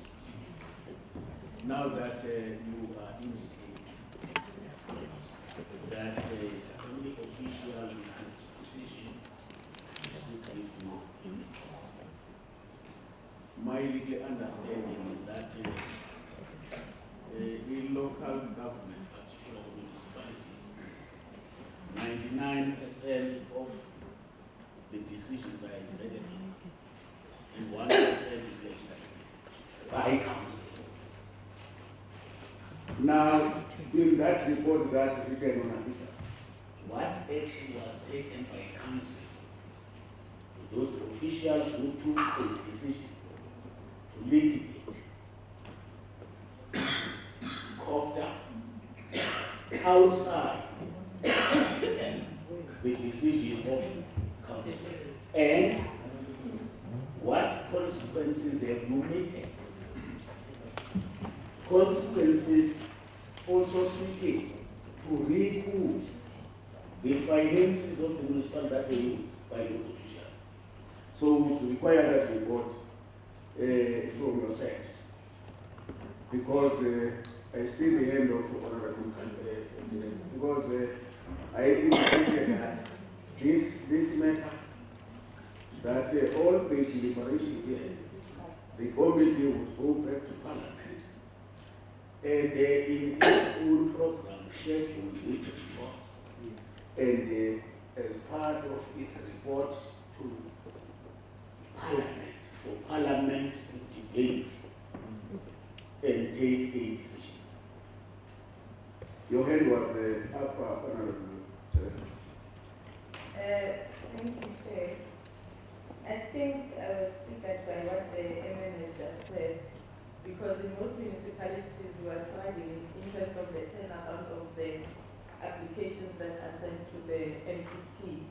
And I heard that there's a process where the district is also working with the locals to process the application, of which I think is a good practice, that we should also consider going to other municipalities. And secondly, Chair, I also heard that they are in terms of building houses.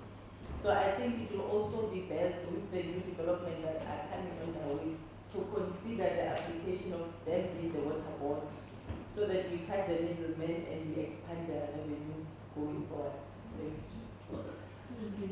That's a good suggestion. Welcome.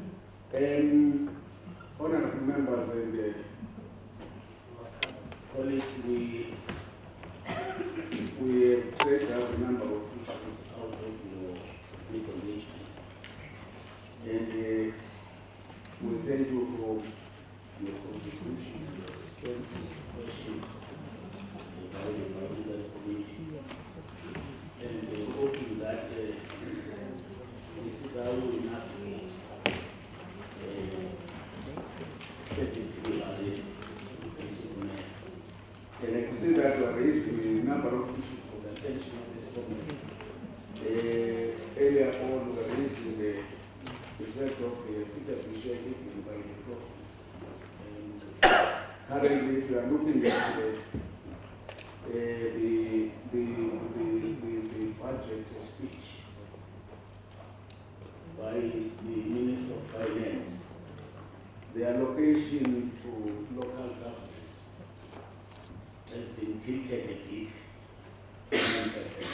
Remember, you had your 4% for 2008, it was going on. So going forward, there will be a change in that.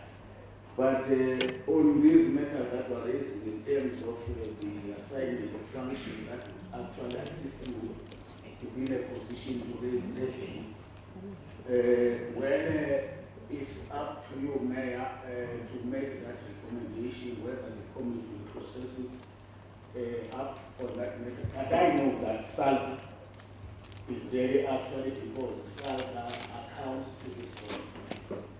And the SAL has been raising these matters and processing them together with this committee. Some of the issues that have been raised that I challenge to local government. So the committee has been considering these matters, taking them up to the ministry itself and its contact. When by so doing, I am just close to say to you, it has been a long day. I know the problem of being seated the whole day. How taxing it is on our mental capabilities. From a cognitive science perspective, we therefore are adjourning this session. You join us tomorrow. When we go to so thank you very much.